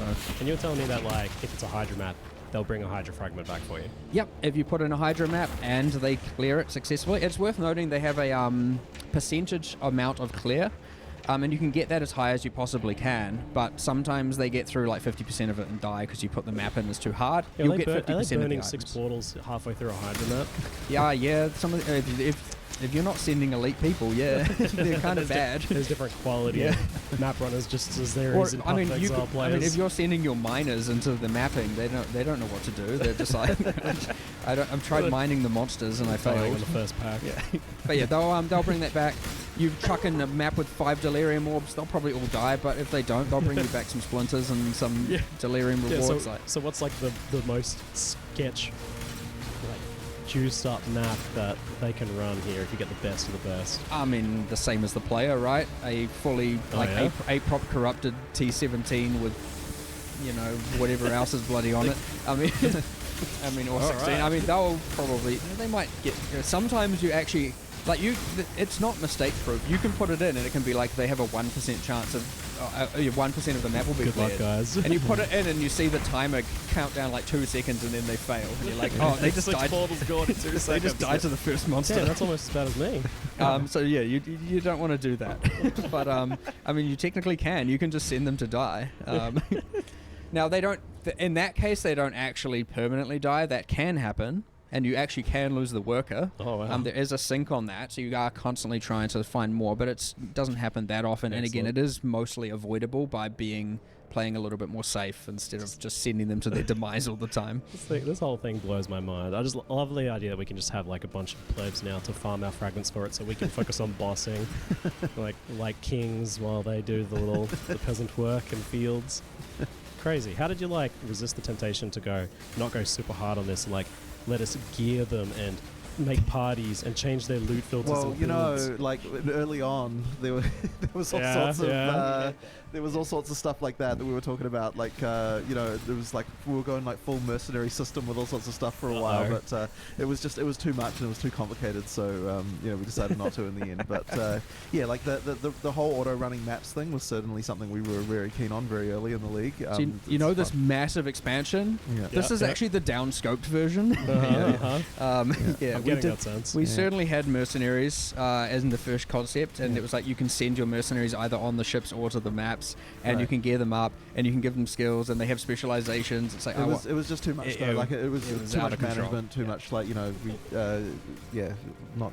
good. So so much going on here. Different league's problem now. But yeah, that does kind of sound like another league that I want, though. I'm not gonna lie. I like this auto exile thing. Right. Exile team manager, kind of like a sports manager game. yeah. Yeah. Awesome. Maybe for the future. Maybe. All right. So yeah, that features list, like that video just kept going. Like you guys also showed runesmithing, which is like a new take on bench crafting, but as enchantments. These rune words, are they all known recipes, or is there some like discovery process there? So you start with a few available. So there are different runes, different names. So there's like a sun rune, life rune, power rune. There's all these different names. And you start, I believe, with all the ones that require only sun runes. And then once you get a life rune, you can take it to Danig, and he's like, "Oh, now I can learn all of the things that require life rune." Oh, and then he's so doing on. the hard work. So I mean, Nice. the Kalgurans are the ones who know how to do it. You're just bringing them good. the resources for it. So you eventually work your way up to the very most powerful ones, and you get things like what you saw there. There was the Fire Mjolnir, which you can put on one-hand or two-hand axe. What we've done is with a lot of the basic outcomes, you can apply that to any weapon, but with a lot of the very specialized ones, you can only apply it to one type of class. So the idea there isn't that like every build is just now doing the Doomfletch Prism on any weapon, the one that we saw on the live stream. It's like, no, that specifically goes on two-handed maces. And then I think the Fire Mjolnir one that was there goes on, I think it's one-handed axes. And each thing goes on specifically one weapon, and what it allows you to do is so we've taken like an interesting bow unique mechanic, and now you can put it on like some dagger or something like that. New builds. Cool.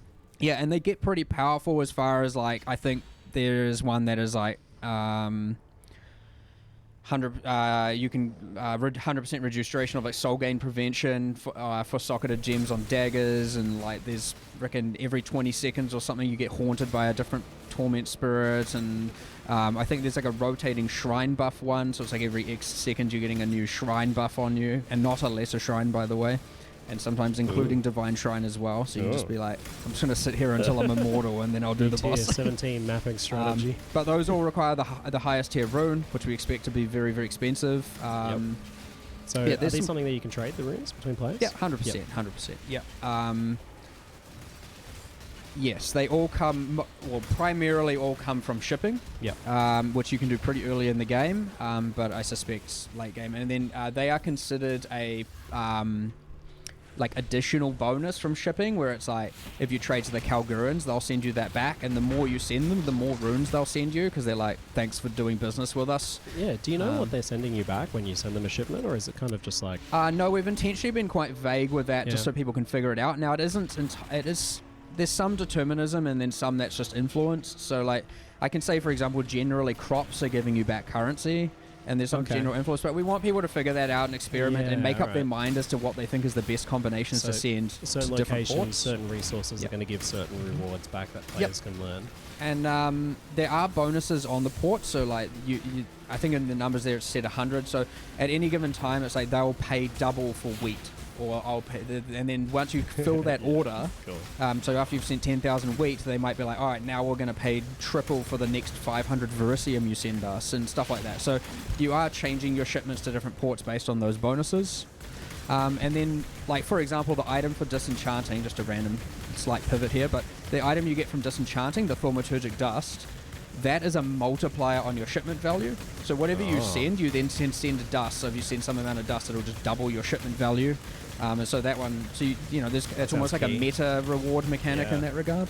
And that's from grinding up your gear in the gear grinder thing. That's from also another feature that was in there. Mm-hmm. And yep, you get a lot more dust for destroy. So just to add some value to some 1 Chaos T0 uniques, disenchant them, because they will give you the most. They will give you the most so dust. Rarity is the key there. So generally it's like better items give you more. So 6 mods, higher 10 modifiers, and then rarity higher. You guys like adding sneaky new item sinks, don't you? Trying to get those 1C items to 2C. I mean, it just it turns garbage items into good items is the idea, or into more dust. tickets at good items. Well, but the point being, the dust is the ticket at better items, you know? Yeah. Gotcha. Awesome. So another thing, rig combination returns from Sentinel. It was mentioned that it's not going to be as strong as it was. It was obviously one of the strongest crafting mechanics we had outside of maybe and that. In what ways is it weaker now? There's two things that have mostly changed about it. One is, and not that I can even specifically remember exactly how it all works, but there was all this like chance to mutate stuff that was going on with it. That's all gone. It just combines the items and that's what it does. The items together. So is there like the unique extra mechanic like modifiers that can randomly appear? Is that gone? No, those are gone. All right. And so it is just merged two items together. The other thing that I like about doing it this way, as opposed to having it gated behind a currency item, is that you can actually engage with it earlier in the game. Now, I know that's going to be pretty unorthodox for most existing players, but it's still something you can choose to now engage with because the gold cost is based on the item level of the item input, and so you can have it be very, very cheap early and more expensive later. And so it just opens it up to more players instead of just being this thing that you're only ever going to use on the best of the best of the best. Fun, yeah, that's good. I like that scalability. You can use it early. Or even like early maps, something to feel super punishing, and like you can do things like that if you want to, of course. Well, it's a good mechanic for that, but something that wasn't really accessible. Yes, correct. Yeah, for sure. But yeah, and I know Sentinel was added. They don't drop recombinators now because it's done through this means. So despite Sentinel being just there, thing that you can randomly find in maps to get more loot. Just more juicing.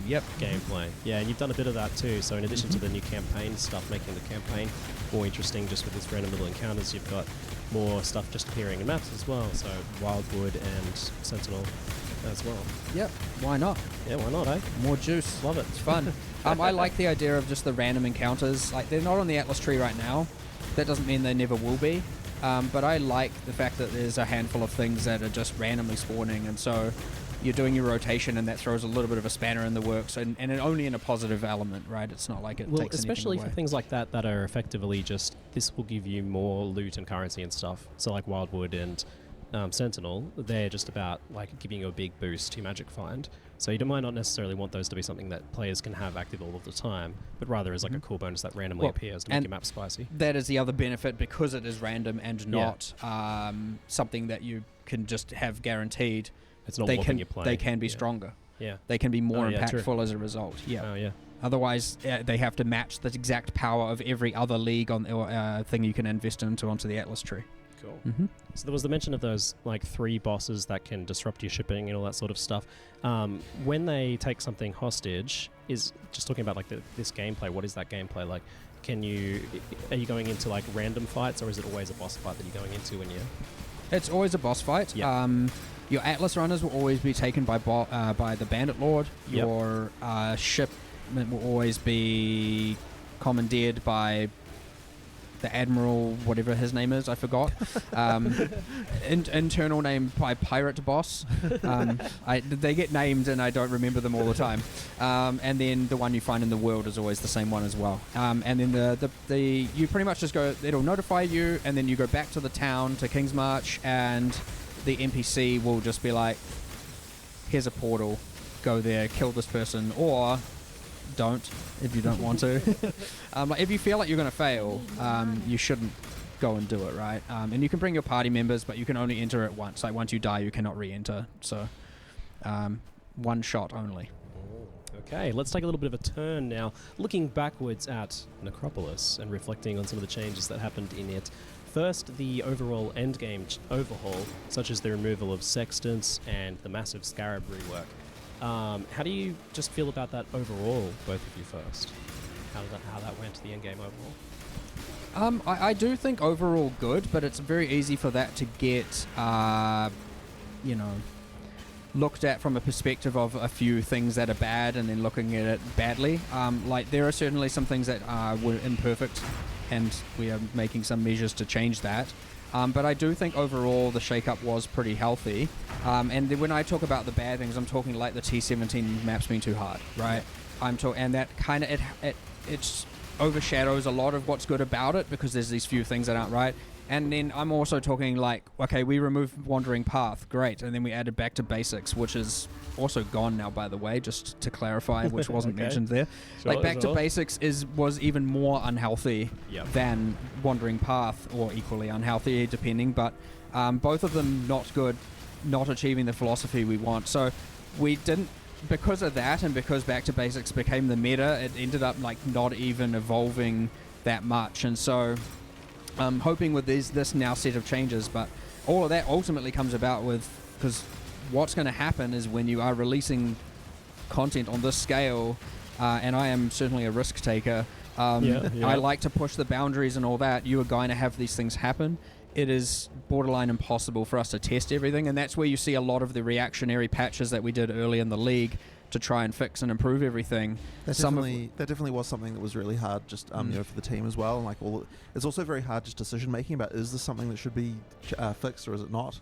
It was pretty rough at the start there, and I think that is something we're trying to improve this time around by looking more at the extremes and like really zeroing in. So there's definitely a mandate to QA now of like, okay, we need to really work out like what is the actual maximum possible thing for this, and like, you know, like what is the difficulty of what that results in, like is it okay, like is the difficulty versus reward correct for what the players can do here, this kind of thing. And it's something obviously that we should have been like thinking more about before, and like it's something, you know, that we're really making sure this time we'll try and do better. But it's tough because like even thinking about what the most extreme case is can be really hard. Like so many things took us by surprise in terms of like particular combinations of things. Like there's so many just ways to combine stuff, and like from so much content from the past as well, that like it's like, yeah, it's hard to find. Like the fact that there were people finding new ways to abuse stuff even weeks after the it came out just sort of shows you that like, yeah, there's just it was kind of nuts. Yeah, you guys asked me an interesting question yesterday when I first came in. It was like, how does 150 uniques from a single boss sound to you? I'm like, that sounds crazy. What are you talking about? So I guess we'll talk about some of the things that were happening that people weren't aware of. So there's there was a Reddit thread, and so I can't remember how far into the league, that was pretty much like, what the heck has happened to the prices of T0 uniques? Yeah. And you had like Defiance of Destiny at like 4C. It was like actual craziness. And upon looking at this, and oh no, none of this was anyone abusing or exploiting anything. Not a bug or anything, yeah. In fact, mate, did we tell you the value of how many unique items were dropping in some of these? I told him. I was going to ask you to guess, but we were getting over 100,000 unique items in some instances, and I'm not even talking in a map, in a single map, and I'm not talking a 6-man group. I'm talking solo players who are able to achieve this. And this is where a lot of those things, so for example, the Shaper Touched rarity, there were just so many layers of multipliers that if used correctly altogether, but you ended up with less than 100 people on the entire realm acquiring over 99% of all T0 uniques. And so we have gone and looked at all that and been like, okay, with this, that is highly compromising the economy and the integrity of the economy. And and we fixed some of this last league, but we are doing more of it this time to make sure that your average and above average player isn't like having the economy ruined as their experience, but we're just really, really controlling that like high top end. And I'm talking like most people would never have known this was happening. They would have just been like, where are all these uniques coming from? It's not a bug, it's just the math of it's just rarity exactly. and quantity. There's technically legal stuff, and like there's always a question with stuff like that, because generally speaking we have the policy of no mid-act nerfs, and yet there were certain cases, and that was really tough the last league, just because like we did do some changes to certain mechanics, which we wouldn't normally do because it was just so ridiculous. Like there was stuff going on there that just was not okay.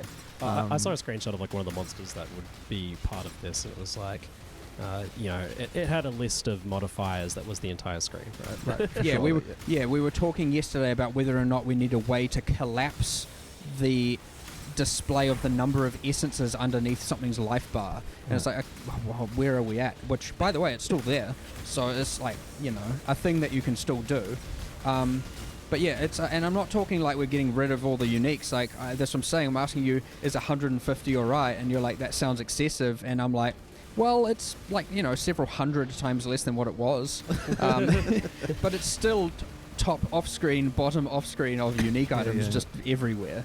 And that's just like a single monster. You get the whole rares in the area. So we want it to be extreme. Like, don't get me wrong, but it shouldn't be that the entire economy is ruined by, 100 people who aren't, or a few people even, who aren't even abusing anything or exploiting anything or doing anything illegitimate. Like, and the problem is, that's where we got into that state where it was like, all right, do we have to nerf X, A, B, C, and D as we kind of discovering and figuring out these strategies? And it's like, let alone the fact that this stuff absolutely rams the performance of the instances, right? Like, I don't know if people saw it when those meat sacks were dying and you'd get like 6-second lag spikes while it's generating the unique items. And so, yeah, anyway, a lot of it's much more controlled now. We've actually assessed exactly where all that was coming from. We've taken a lot of caution to not nerf the average above average even further than that. A normal player should not see any change. Yeah.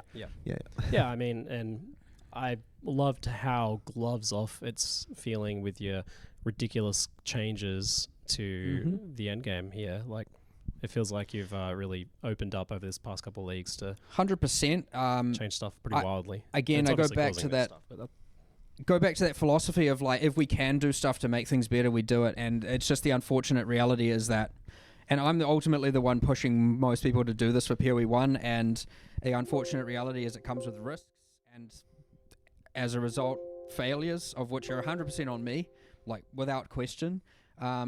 And that's why, again, like straight after the patches, it's like full hands on deck trying to make sure everything is as good as possible. And then we get into a little bit of that difficulty of thinking some people want the game to stay as it is, regardless of the state, and a lot of people want it to keep changing. And we get into this kind of like, which side of this fence do we fall on? And we have to really evaluate each change and do it. But look, ideally, the changes wouldn't be necessary.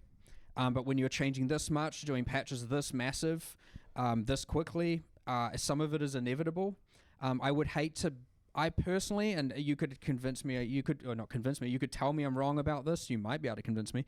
I would prefer that we do everything possible with the time allocated, as opposed to like, play it safe, do something, a small patch and give it there, and yeah, sure, it's safe, less will go wrong, but at the end of the day, there's way less to do, way less fun, way less changes, less to learn and evolve with, and it just feels like, I suspect at the end of the day it'll be way more boring, even though it might be more safe.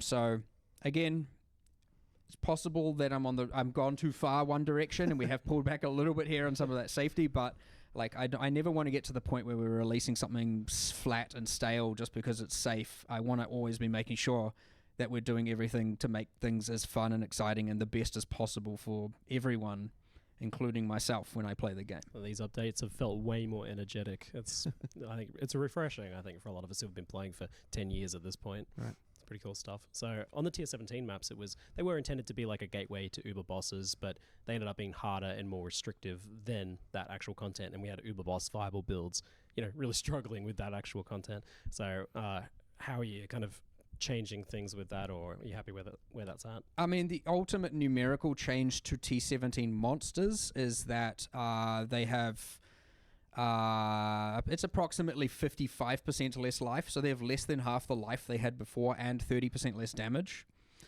which seems extreme. And I will just note that was like actually not intended. Yeah, I had an interesting story about that. Yeah, it's kind of unfortunate that two different designers did the life change to T17 without realizing the other person had already done it. That's so funny. So that was kind of like an unintended side effect. But it's like when you come down to, so why the hell are these monsters so damn tough? And then we're like, oh crap, there's someone. There were two people who made this change independent of each other. We have counted that on the bosses to some degree, so they are not just like an absolute joke now. But yeah, just the monsters themselves, which it did compound with back to basics and the mod scaling, like the thing. Once you have like 400% increased area of effect on the monsters, it's kind of like, okay, this is like getting a little, on the bosses I should say, it's like this is getting a little bit out of hand. Like, how can I dodge this mechanic that is larger than the arena? You could argue they're signing themselves up for it, but then it's like you want that for the rest of the map, which then means the bosses are pretty much like impossible. Strong word to use because everything's always possible with enough, build ruckus going on. But anyway, it wasn't right. Like, these things weren't right. So hopefully with back to basics removed and the changes to T17s, implicitly it should be more approachable to more players. Less you have to play like a subset of 10, 12 builds in order to achieve them. Like, it should be way more open. Obviously with all the melee builds as well, that should be a hell of a lot more viable this time. So I would expect a lot more players to be enjoying those, as opposed to because again, we're solving the item quantity thing where it's like we want to open up more builds and make you feel less like you have to play certain things. So then T17's being that hard resulted in the exact same thing. These are not intentional things. when you get to Uber Pinnacle, it's all right for the number of builds to reduce drastically because it's like you want to be a boss killer at that point, or that's fine. But when we're just talking about like the top tier of maps, it's not okay to have it be so constrained there. So just mistakes were made, honestly, and they hopefully are now fixed. Yeah. So the main design of the modifiers on these maps is these build bricking modifiers, ones that are just basically not doable for certain builds or thereabouts. Why is this the method that you went with for these modifiers? I personally just think it is important that you actually are investing in rolling your map and finding the maps that you can do, or choosing how you can overcome the modifiers. And I know that's probably not a popular opinion. I very much understand that a lot of people are just like, I can go, and that's all I want to do. But I think especially with the upper tier like that and the extra layer of rewards that they're giving, I think you should have to invest more currency into it and more thought into it, or be like, oh, this is a real good map. It's got like some specific reward modifiers you want, but there's this one bad thing I'm going to have to deal with, and then you actually do commit to dealing with it. It again, hopefully adds more ebbs and flows to the process, as opposed to it, again, just being like out, go and run, and that can be quite... where some people like that, and that's okay. You can still obviously do that with 16s. I do like these things having an impact on your build, just not to... either one, it should be avoidable, or not to the extent it was before. And again, investing into them, rolling them, like it's certainly not something I'd want to stray away from. I actually consider it a success when you have to re-roll your maps. Again, probably a controversial take, but I think it is a much better thing getting an actual... like, it feels more like an actual game mechanic, as opposed to like, well, at the point it's just Alk and Go, and Alks are worth so little. Why you just drop them rare, and like, why are you even engaging with the currency on maps system? Why have mods if the mods don't matter? Do you take like some consideration to how many chaos, for example, you expect someone to put into a map to produce mods that are on average viable for their build that they're doing? We do, yes. So I mean, what? Not in the context of a build here, but like, for example, we were like, okay, if we want to make T17s able to be easier, like, should we reduce it back to 4 to 6 modifiers? Yep. But then you just, the argument, the reason why we never did that just this league is because, well, now it's even more chaos you have to invest to get 6 modifiers, because the right answer is probably to run 6 modifiers because it gives the best rewards. And so it's like, well, that's just going to massively increase the amount of chaos orbing someone has to do on those maps. So let's not do it that way. Let's find a different way to do it. So we're definitely considering how many you're having to. From a like hyper build specific, it's like, if I'm playing this exact specific build, how many chaos on average do I need to avoid it? No, not like hyper specific, but in terms of like broad mechanics, we do generally try and consider that. Yeah, I imagine you'd be taking like a range of builds and saying, oh, on average, it's going to take about 10, 20 rerolls to produce a map you want to run on this character. But my hope is that some people at least look at it and go, okay, if I just change this one thing, then I can still run it. So it's not always just like, I know this is probably the preferred strategy. In fact, I'll do it myself probably most of the time. You just avoid anything that's going to cause any friction to your character. But like, there are probably a good chunk of players who are just like, I will deal with this bit of friction by either slowing down a little bit, or changing something, or subbing something out, or it's good for those players to be able to do that, because then technically they're having to invest less currency. Whether or not it's worth the payoff, it's up to them really to decide that. But you want the mods to matter, and I get that. And these certainly do matter, but how do you feel about it versus modifiers that do things like, say, this modifier adds these certain sorts of packs of monsters to the map that are very difficult, but also increasing the reward and making the map more interesting by making it more different, as opposed to something like, your energy shield is turned off? The problem you have with things that are implicitly adding direct rewards beyond certain other things is obviously the issue of the fact that you now feel like you have to roll for them. And you saw this with the Shaper is a maze. And with the Shaper Touch modifier earlier this league, before it was changed, all of a sudden and now all of a sudden you're spending more currency on the maps than you were avoiding the builds, because now you are not only having to get a specific rewarding outcome, you're having to dodge the build things as well. And so it was even more. And as we've removed some mods this league, like I know the barrels was one of them where people were going for the barrels, and it's a couple we've removed a few of those, like, you know, sink currency into this. I would actually expect the amount of chaos you're sinking into these is less this league because we've removed those. But we have kept some, but like we've also then made them rarer, so you're like less likely. But then which I know you could say is counterintuitive to investing currency, because now you have to invest more if you have to get them. But there is a point beyond where you're now no longer expecting to get it, and thus you are just like okay getting it as a surprise, as opposed to when it's kind of within reach, you will just sink currency until it's there. But I actually do like the fact that, like, I liked the days back when you would roll for a lot of the maze and then you'd exalt the maps and stuff like that. That stuff was I found that quite enjoyable. Yeah, it was kind of like the game is a bit different than how it used to be, but for sure. Yeah. So yeah, we're not obviously going in that path anymore, but there's still a little bit of it there. The mods still matter. Reward mods can be bad, but it's good to also have them. There's like a little bit of friction there, which is hard to get perfectly right. And then in the same sense, yeah, I mean, some of them are probably... There are some other small balance changes around T17s, like those bloody Revenant packs are like out of control. All of a sudden the corpses exploding that you can't even see. Like we did all of this like telegraphing improvements to Detonate Dead and then like missed Revenants. Good stuff, yeah. So all of a sudden now you're just dead to this invisible corpse explosion, and like classic. There's a few other fine-tuned balance around some of the T17 stuff to make it feel less terrible, and I think it's pretty good. I'm not going to say it's perfect, but I'm hoping that it's going to feel a lot better. Should tier 17s be one of the most profitable things to farm? I think yes. I mean, what is the argument for no? I've just seen discussion. I don't mean from you. I just mean in general. Yeah, like some people are, concerned about whether that's the thing that should be happening or not. Well, should T16s before that? And you could argue, well, okay, T17s you have to trade for. And that's the real difference, is that if you want to run them permanently, you have to trade for them. But generally the economy sorts itself out there to some degree. It's just that it adds that extra layer of annoyance. Yeah. But then also if T17s were self-sustaining, then it was kind of like what differentiates them from 16s at that point.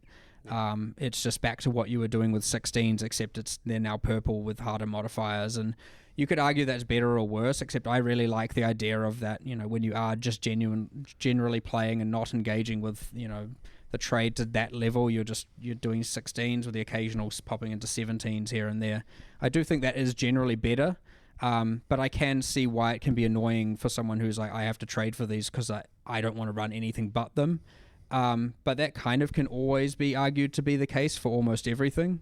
I mean, in some ways, T17s are are the map scarcity that the map system used to have long ago at lower levels. It's like you've got this one tier that kind of has that sort of like you're not expected to necessarily, like if you're just playing without trade, to be able to just run it again and again for T17 specifically, and that's kind of also comes down to that same thing with the mods. It's like the reason you're caring about re-rolling and so on for T17s is because of the fact that you don't necessarily have, they're not just growing on trees.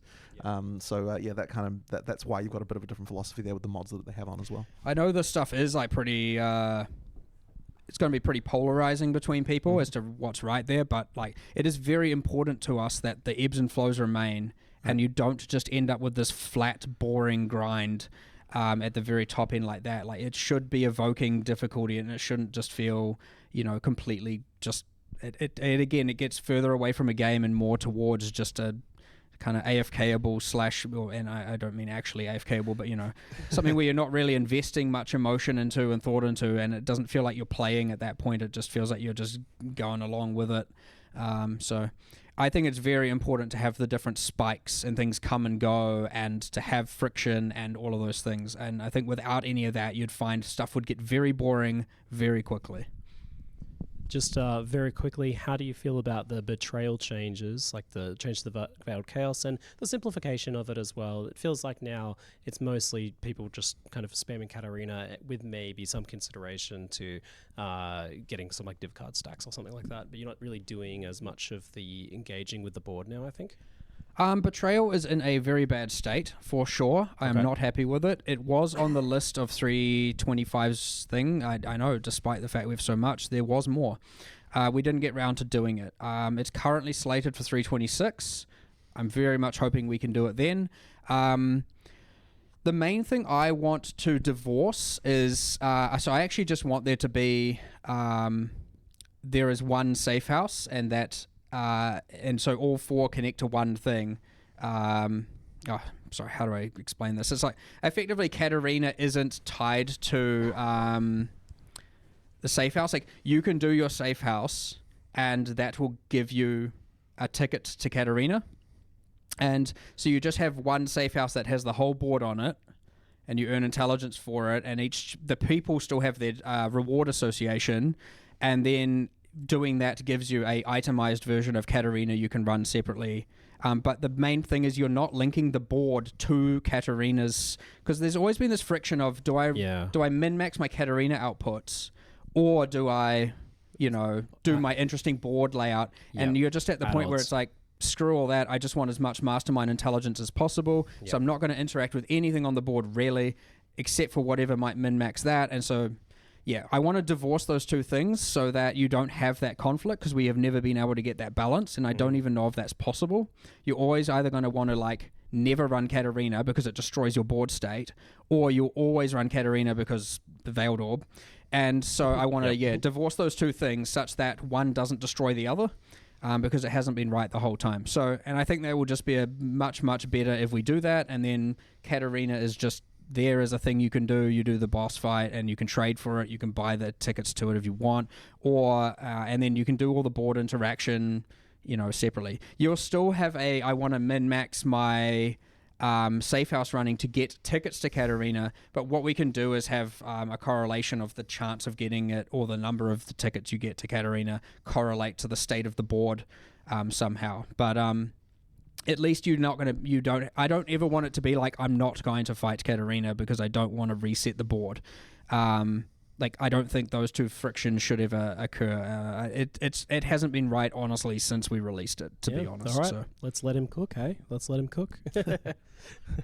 So we should talk just a little bit about Necropolis itself. I know you were pretty excited for the mechanic. I was too, because I love a good, thick crafting league. And it certainly ended up very powerful, but ultimately the crafting mechanic, not that popular, I think, due to the friction of engaging with it, the corpses, managing all of that. But how do you feel about Necropolis in hindsight now? Yeah, definitely that part is, well, we kind of knew going in that it was more on the complicated side, for sure. Some things just kind of, it's not necessarily a problem for something to be a little bit more complicated like that, but it probably went a little bit too far. That being said, it was pretty damn powerful, especially after our changes we made very early into the league. In terms of getting full T1 modded items, probably went a little bit too far, to be honest. But yeah, that being said, understood it was a bit too computer sciencey, I like to call it, in terms of lots of figuring out what to do, and kind of uncertainty to the point where it overwhelmed a lot of people.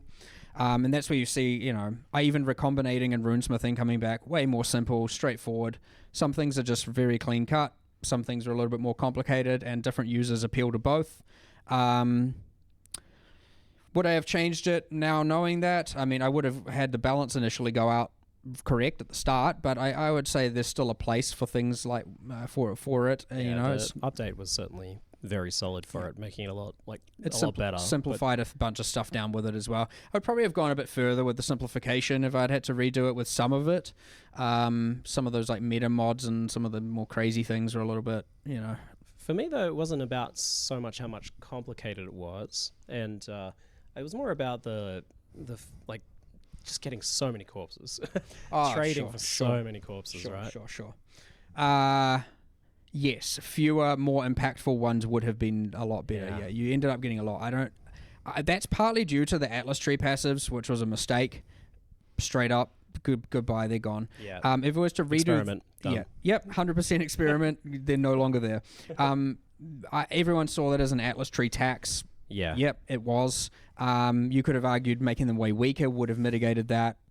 Whatever. Why? The original intention of it was okay, we want these keystones because it allows people to change behavior. And I think if we are to see that again, we would have that. We'd have introduce ways for people to change the behavior, but not invest into the increases and more corpses and all of that, because it felt mandatory and it often will when you have the league in every single area. And so, yeah, that was a pretty big contributor towards this problem. It felt like the opposite of what we were talking about with Gold, where Gold allows you to turn like user experience friction into gameplay friction. It was the opposite, where it was all user experience friction, because it was about trading with a ton of non-responding people for corpses. Sure. 40 times per craft. We also obviously made a lot of changes to that early as well in the league, but still it was like, I remember Ziz messaged me at one point and it's just like, oh my god, the amount of quad tabs I need to hold all these corpses, and I'm just like feeling real sad about it. It's not like, that was the intention by any means. So yeah, I didn't quite hit the mark for sure. Just lessons learned. Lessons learned for sure. Yeah. All right. Cool. The All Flames had a bit more mixed positive and negative. Like, it was definitely a very cool added layer of map customization, but it was not optional, and that was definitely the concern we had going into it. And it also added just that extra layer of work that you have to do before you can start playing, which PoE has a fair bit of. And for sure. And again, we with the league being like, something you do have to generally engage with before doing areas. It's again that kind of X factor that makes a league different and makes it feel different. But at the end of the day, probably was a little bit too much annoyance to have to do this thing every single area. But it's certainly we try these things out here and there. Some people probably thoroughly enjoyed engaging with that stuff, of course. And I mean, end of the day, leagues are never going to really be for everyone. They're always going to have some amount of people who aren't really into it. But look, we tried something new. We always do like to try something new when it comes to these leagues, and a lot of people did enjoy various elements of it. Some of it doesn't hit. That's all right. Like, we don't do it again, right? Like, that's part of it. And this is a lesson learned every single league, right? There are always elements of leagues that don't work. There are elements we learn from. There are elements we don't repeat. And then we often what we can do is take the stuff that is good, that is fun, and find a way to integrate it into the game later. And now the core game experience is overall better as a result of us, learning from all the stuff. Yeah. Keep the experiments going. Keep going wild with it. We're going to go rapid fire now so people can get their 30,000 patch notes, their record-setting patch notes very soon here. So we had finally the much-awaited massive melee changes. What was the big thing that led to you guys pulling the trigger on this issue? Ultimately melee stuff. Ultimately, the community. People wanted it. What was the key change that you kind of needed, maybe to get figured out? The one that I remember us walking through was there was kind of we made a document of okay, what are the things that a melee build currently mandatorily needs to know to do in order to be viable, and effectively we had all these multipliers, and if you didn't know to do them, then you just sucked. Just bad. Yeah. And so effectively we needed to do something about that to make it so that just hit things is a more viable path. I think this is really looking at that, and so that hence why you have the removal of melee totems and so on. Honestly, even I was kind of shocked that Mark was let's just straight up remove them. I know we talked for a little bit about maybe there's some way to make it so that you don't, the builds that use them aren't the same as melee builds or something, but in the end it was just you know what, we'll go clean slate, and we'll try to make sure let's just get rid of any of these barriers, and I think that was probably the right choice. I just want you to hit things with your weapon, or monsters or the ground with your weapon, and things die, and you're not having don't get me wrong. I want there to be secondary axes of skills that are often skill involved. You do have to use them. I don't just want it to be that you have 1 6-link and every single other gem slot is empty. It should be that there are these other axes, but I also want you to be able to choose whether or not which ones you use, which ones you invest into the tree. Whereas a lot of what was happening before is something is often either too powerful that you feel like you have to use it, and all of a sudden now every single build is using this exact same thing, and every single build feels so similar. Whereas really the way that should ideally work is something is much weaker initially, and you have to invest into the passive tree and stuff like that to make it good enough. But it means that different characters will have different secondary specializations, and you'll find a lot of these, something like tinctures, something like retaliation skills, they're going to be quite polarizing. People are going to love them or hate them, and that's okay. That's good. And it means that you get these differences in builds where you are actually speccing into and using these secondary things. But the one other main thing is I really want it to be less unique item-driven mandatory things, right? I don't want uniques to suck, don't get me wrong. I just want it to be that it's like, in order to do X, Y, and Z, I must be using this, and now I'm considered viable by the game's standards, you know, like build checklist thing that we... Yeah, it's gone a little bit too far. And so we're bringing a lot of these mechanics to the forefront on the passive tree, because that is one way place. And of course, by having more... Like, considering when you got this league, you're going to have runesmithing. You've got the obviously quality changes applies to unique. You've got the new modifiers on rare items. You've got like, we haven't buffed the life on every unique. We've buffed it on Kelms. That's it, right? So all uniques proportionally just got worse to rare items, quite intentionally, so that, you know, rare item, and it's not, you know, it's not just hiding behind all these things you got to learn and wiki and do all of that. So it should be that you can get further without having to have extreme specialized knowledge, especially with melee this time round. And on top of that, like, bringing a lot of these hidden mechanics that were like hard to figure out way more to the foreground, so they're just more obvious and you can figure them out. And also just, yes, hit things and they die, and not feel so like, okay, I'm hitting things and they're not dying, but now I do this thing and combine this and this and this and this and this, and now things get hit and die. That is still there, and that will allow you to go even further and even more efficiently, and thus get more items and more power, of course, right? We're not dumbing things down. The intention is just to make it that, like, if you aren't doing all of these things, you're not just absolute garbage, you know? Well, playing devil's advocate a little bit, the new banners, is that kind of just melee totems again? I mean, not in this... Okay, they're not as powerful implicitly. They are... It depends on what you want to call it. You can look at the totems from a perspective of, yes, the busy work side of things, of I'm having to do this thing every so often, sure. But it's also not like, if you don't use them, it's not like you're bad, right? You can get damage from so many places. Only one of the banners is giving damage. It's giving a lot less damage. In order to make banners really good, you have to spec into a lot of them onto the tree. They are still kind of good. I do expect a lot of melee characters still to be using them. And I do like the idea that there is...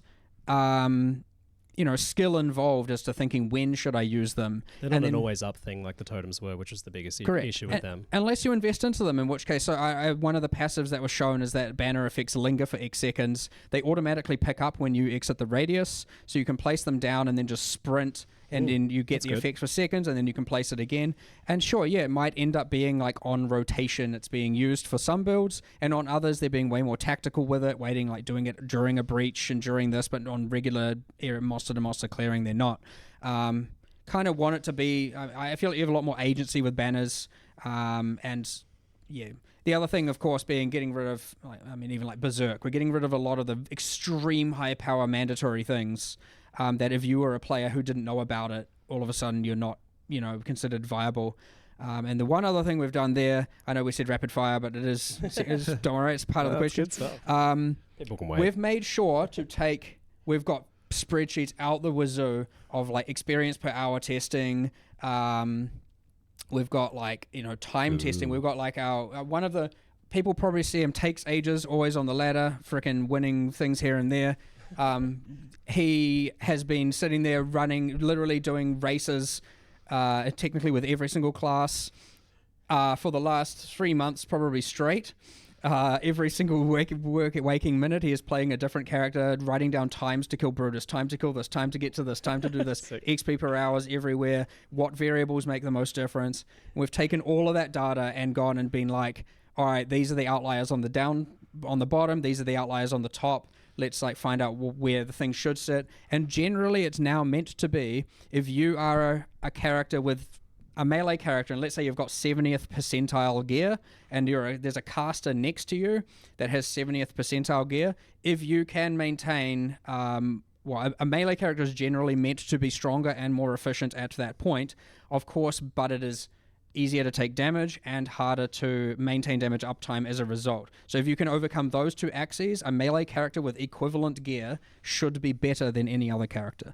On a better player, in a better player's hands. Yes, and then a better player can obviously seize that even better and take that even further. That's fascinating. Wow. So we've got like new item bases going into much higher level maps and stuff like that as well. What kind of led to that change there? Just making rares matter again? Making rares matter again is one thing, but also it's, again, adding that very obvious way to keep getting upgrades throughout endgame. Honestly, given how long endgame takes and how much of an integral part of it is, like the amount of base types introduced there, like sure we had steel rings and two-tone boots, but they didn't really make a huge difference. Yep. So we're just adding more here. It is more clear. Like if you are struggling in yellow maps, you have something you can try and get now to make that easier for yourself. If you're struggling in red maps, you have these obvious things that are like, this will be an upgrade for me. Let me actually try and do it.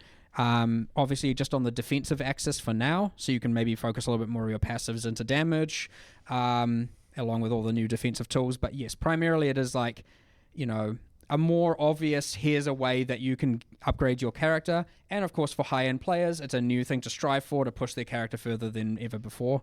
I wouldn't say this specific direct goal is like get rid of unique items. That is just a happy side effect of, rare items mattering more once again. All right. We'll wrap up pretty much there.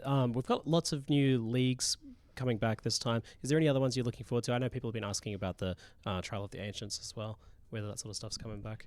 Trial of the Ancestors, probably not. Maybe for I don't know. You never know with these things. If you had asked me Sentinel, I would have said no. Yeah. And now it is. So you never know with these things, honestly. I'd say there's no current plans, but okay. Who knows? Things change every week around here.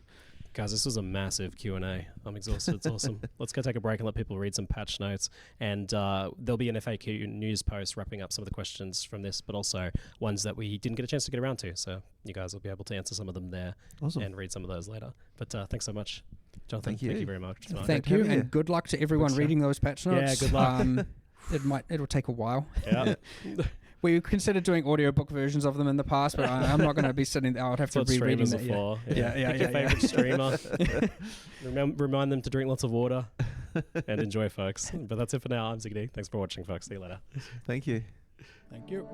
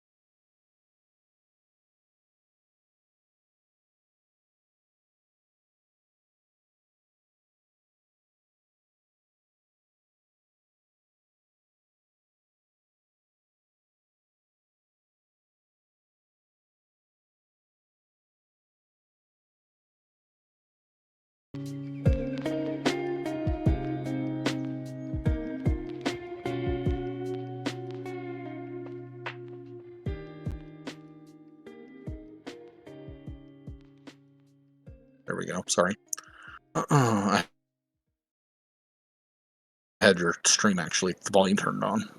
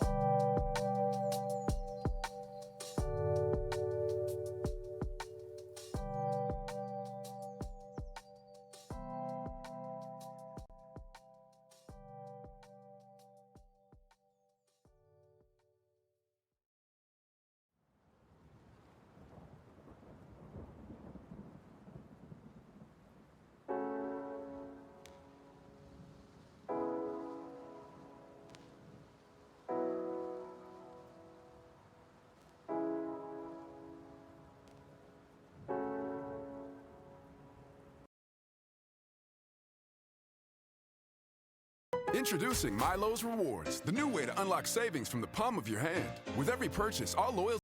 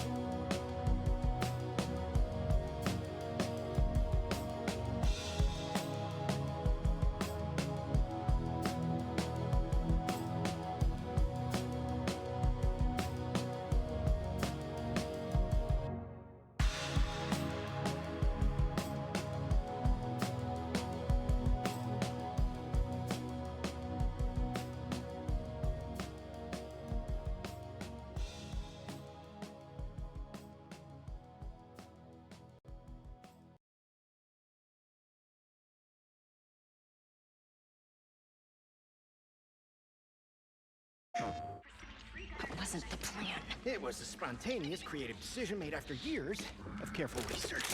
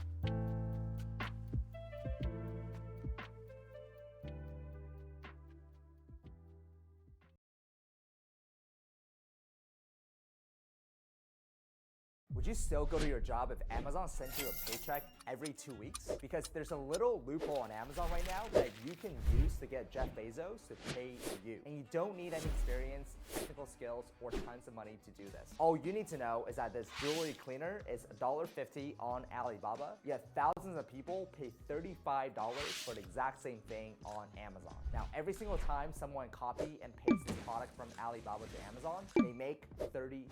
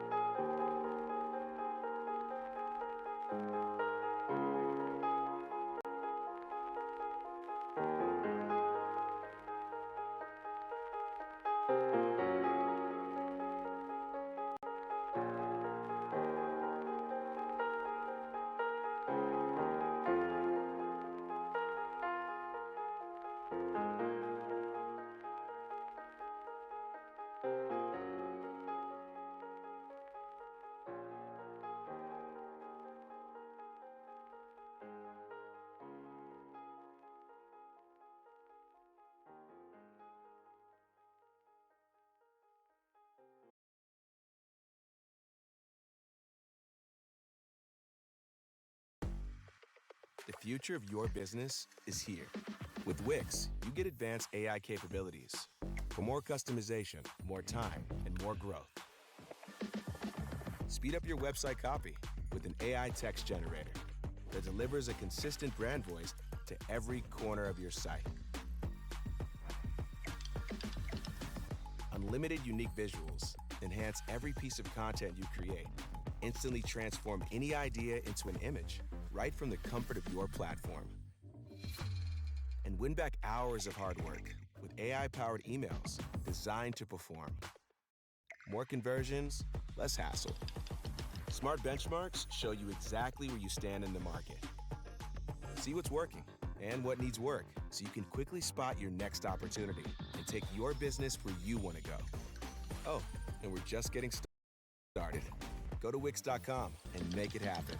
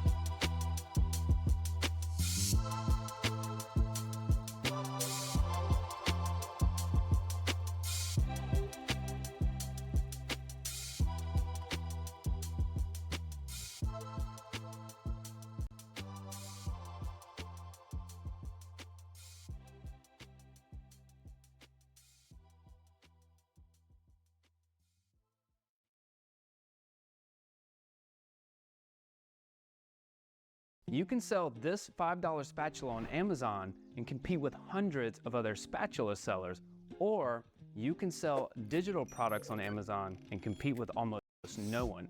You see, I use a brand new Amazon platform that's banned the sale of physical products. Yet with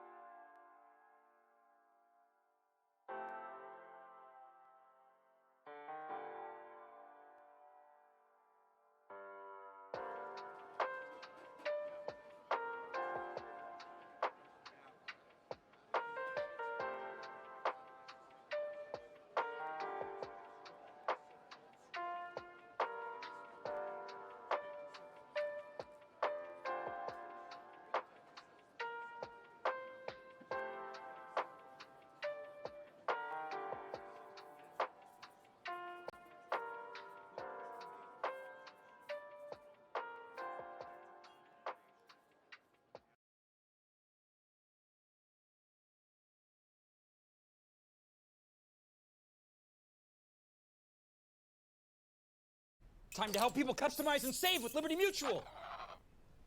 Forgot my wallet.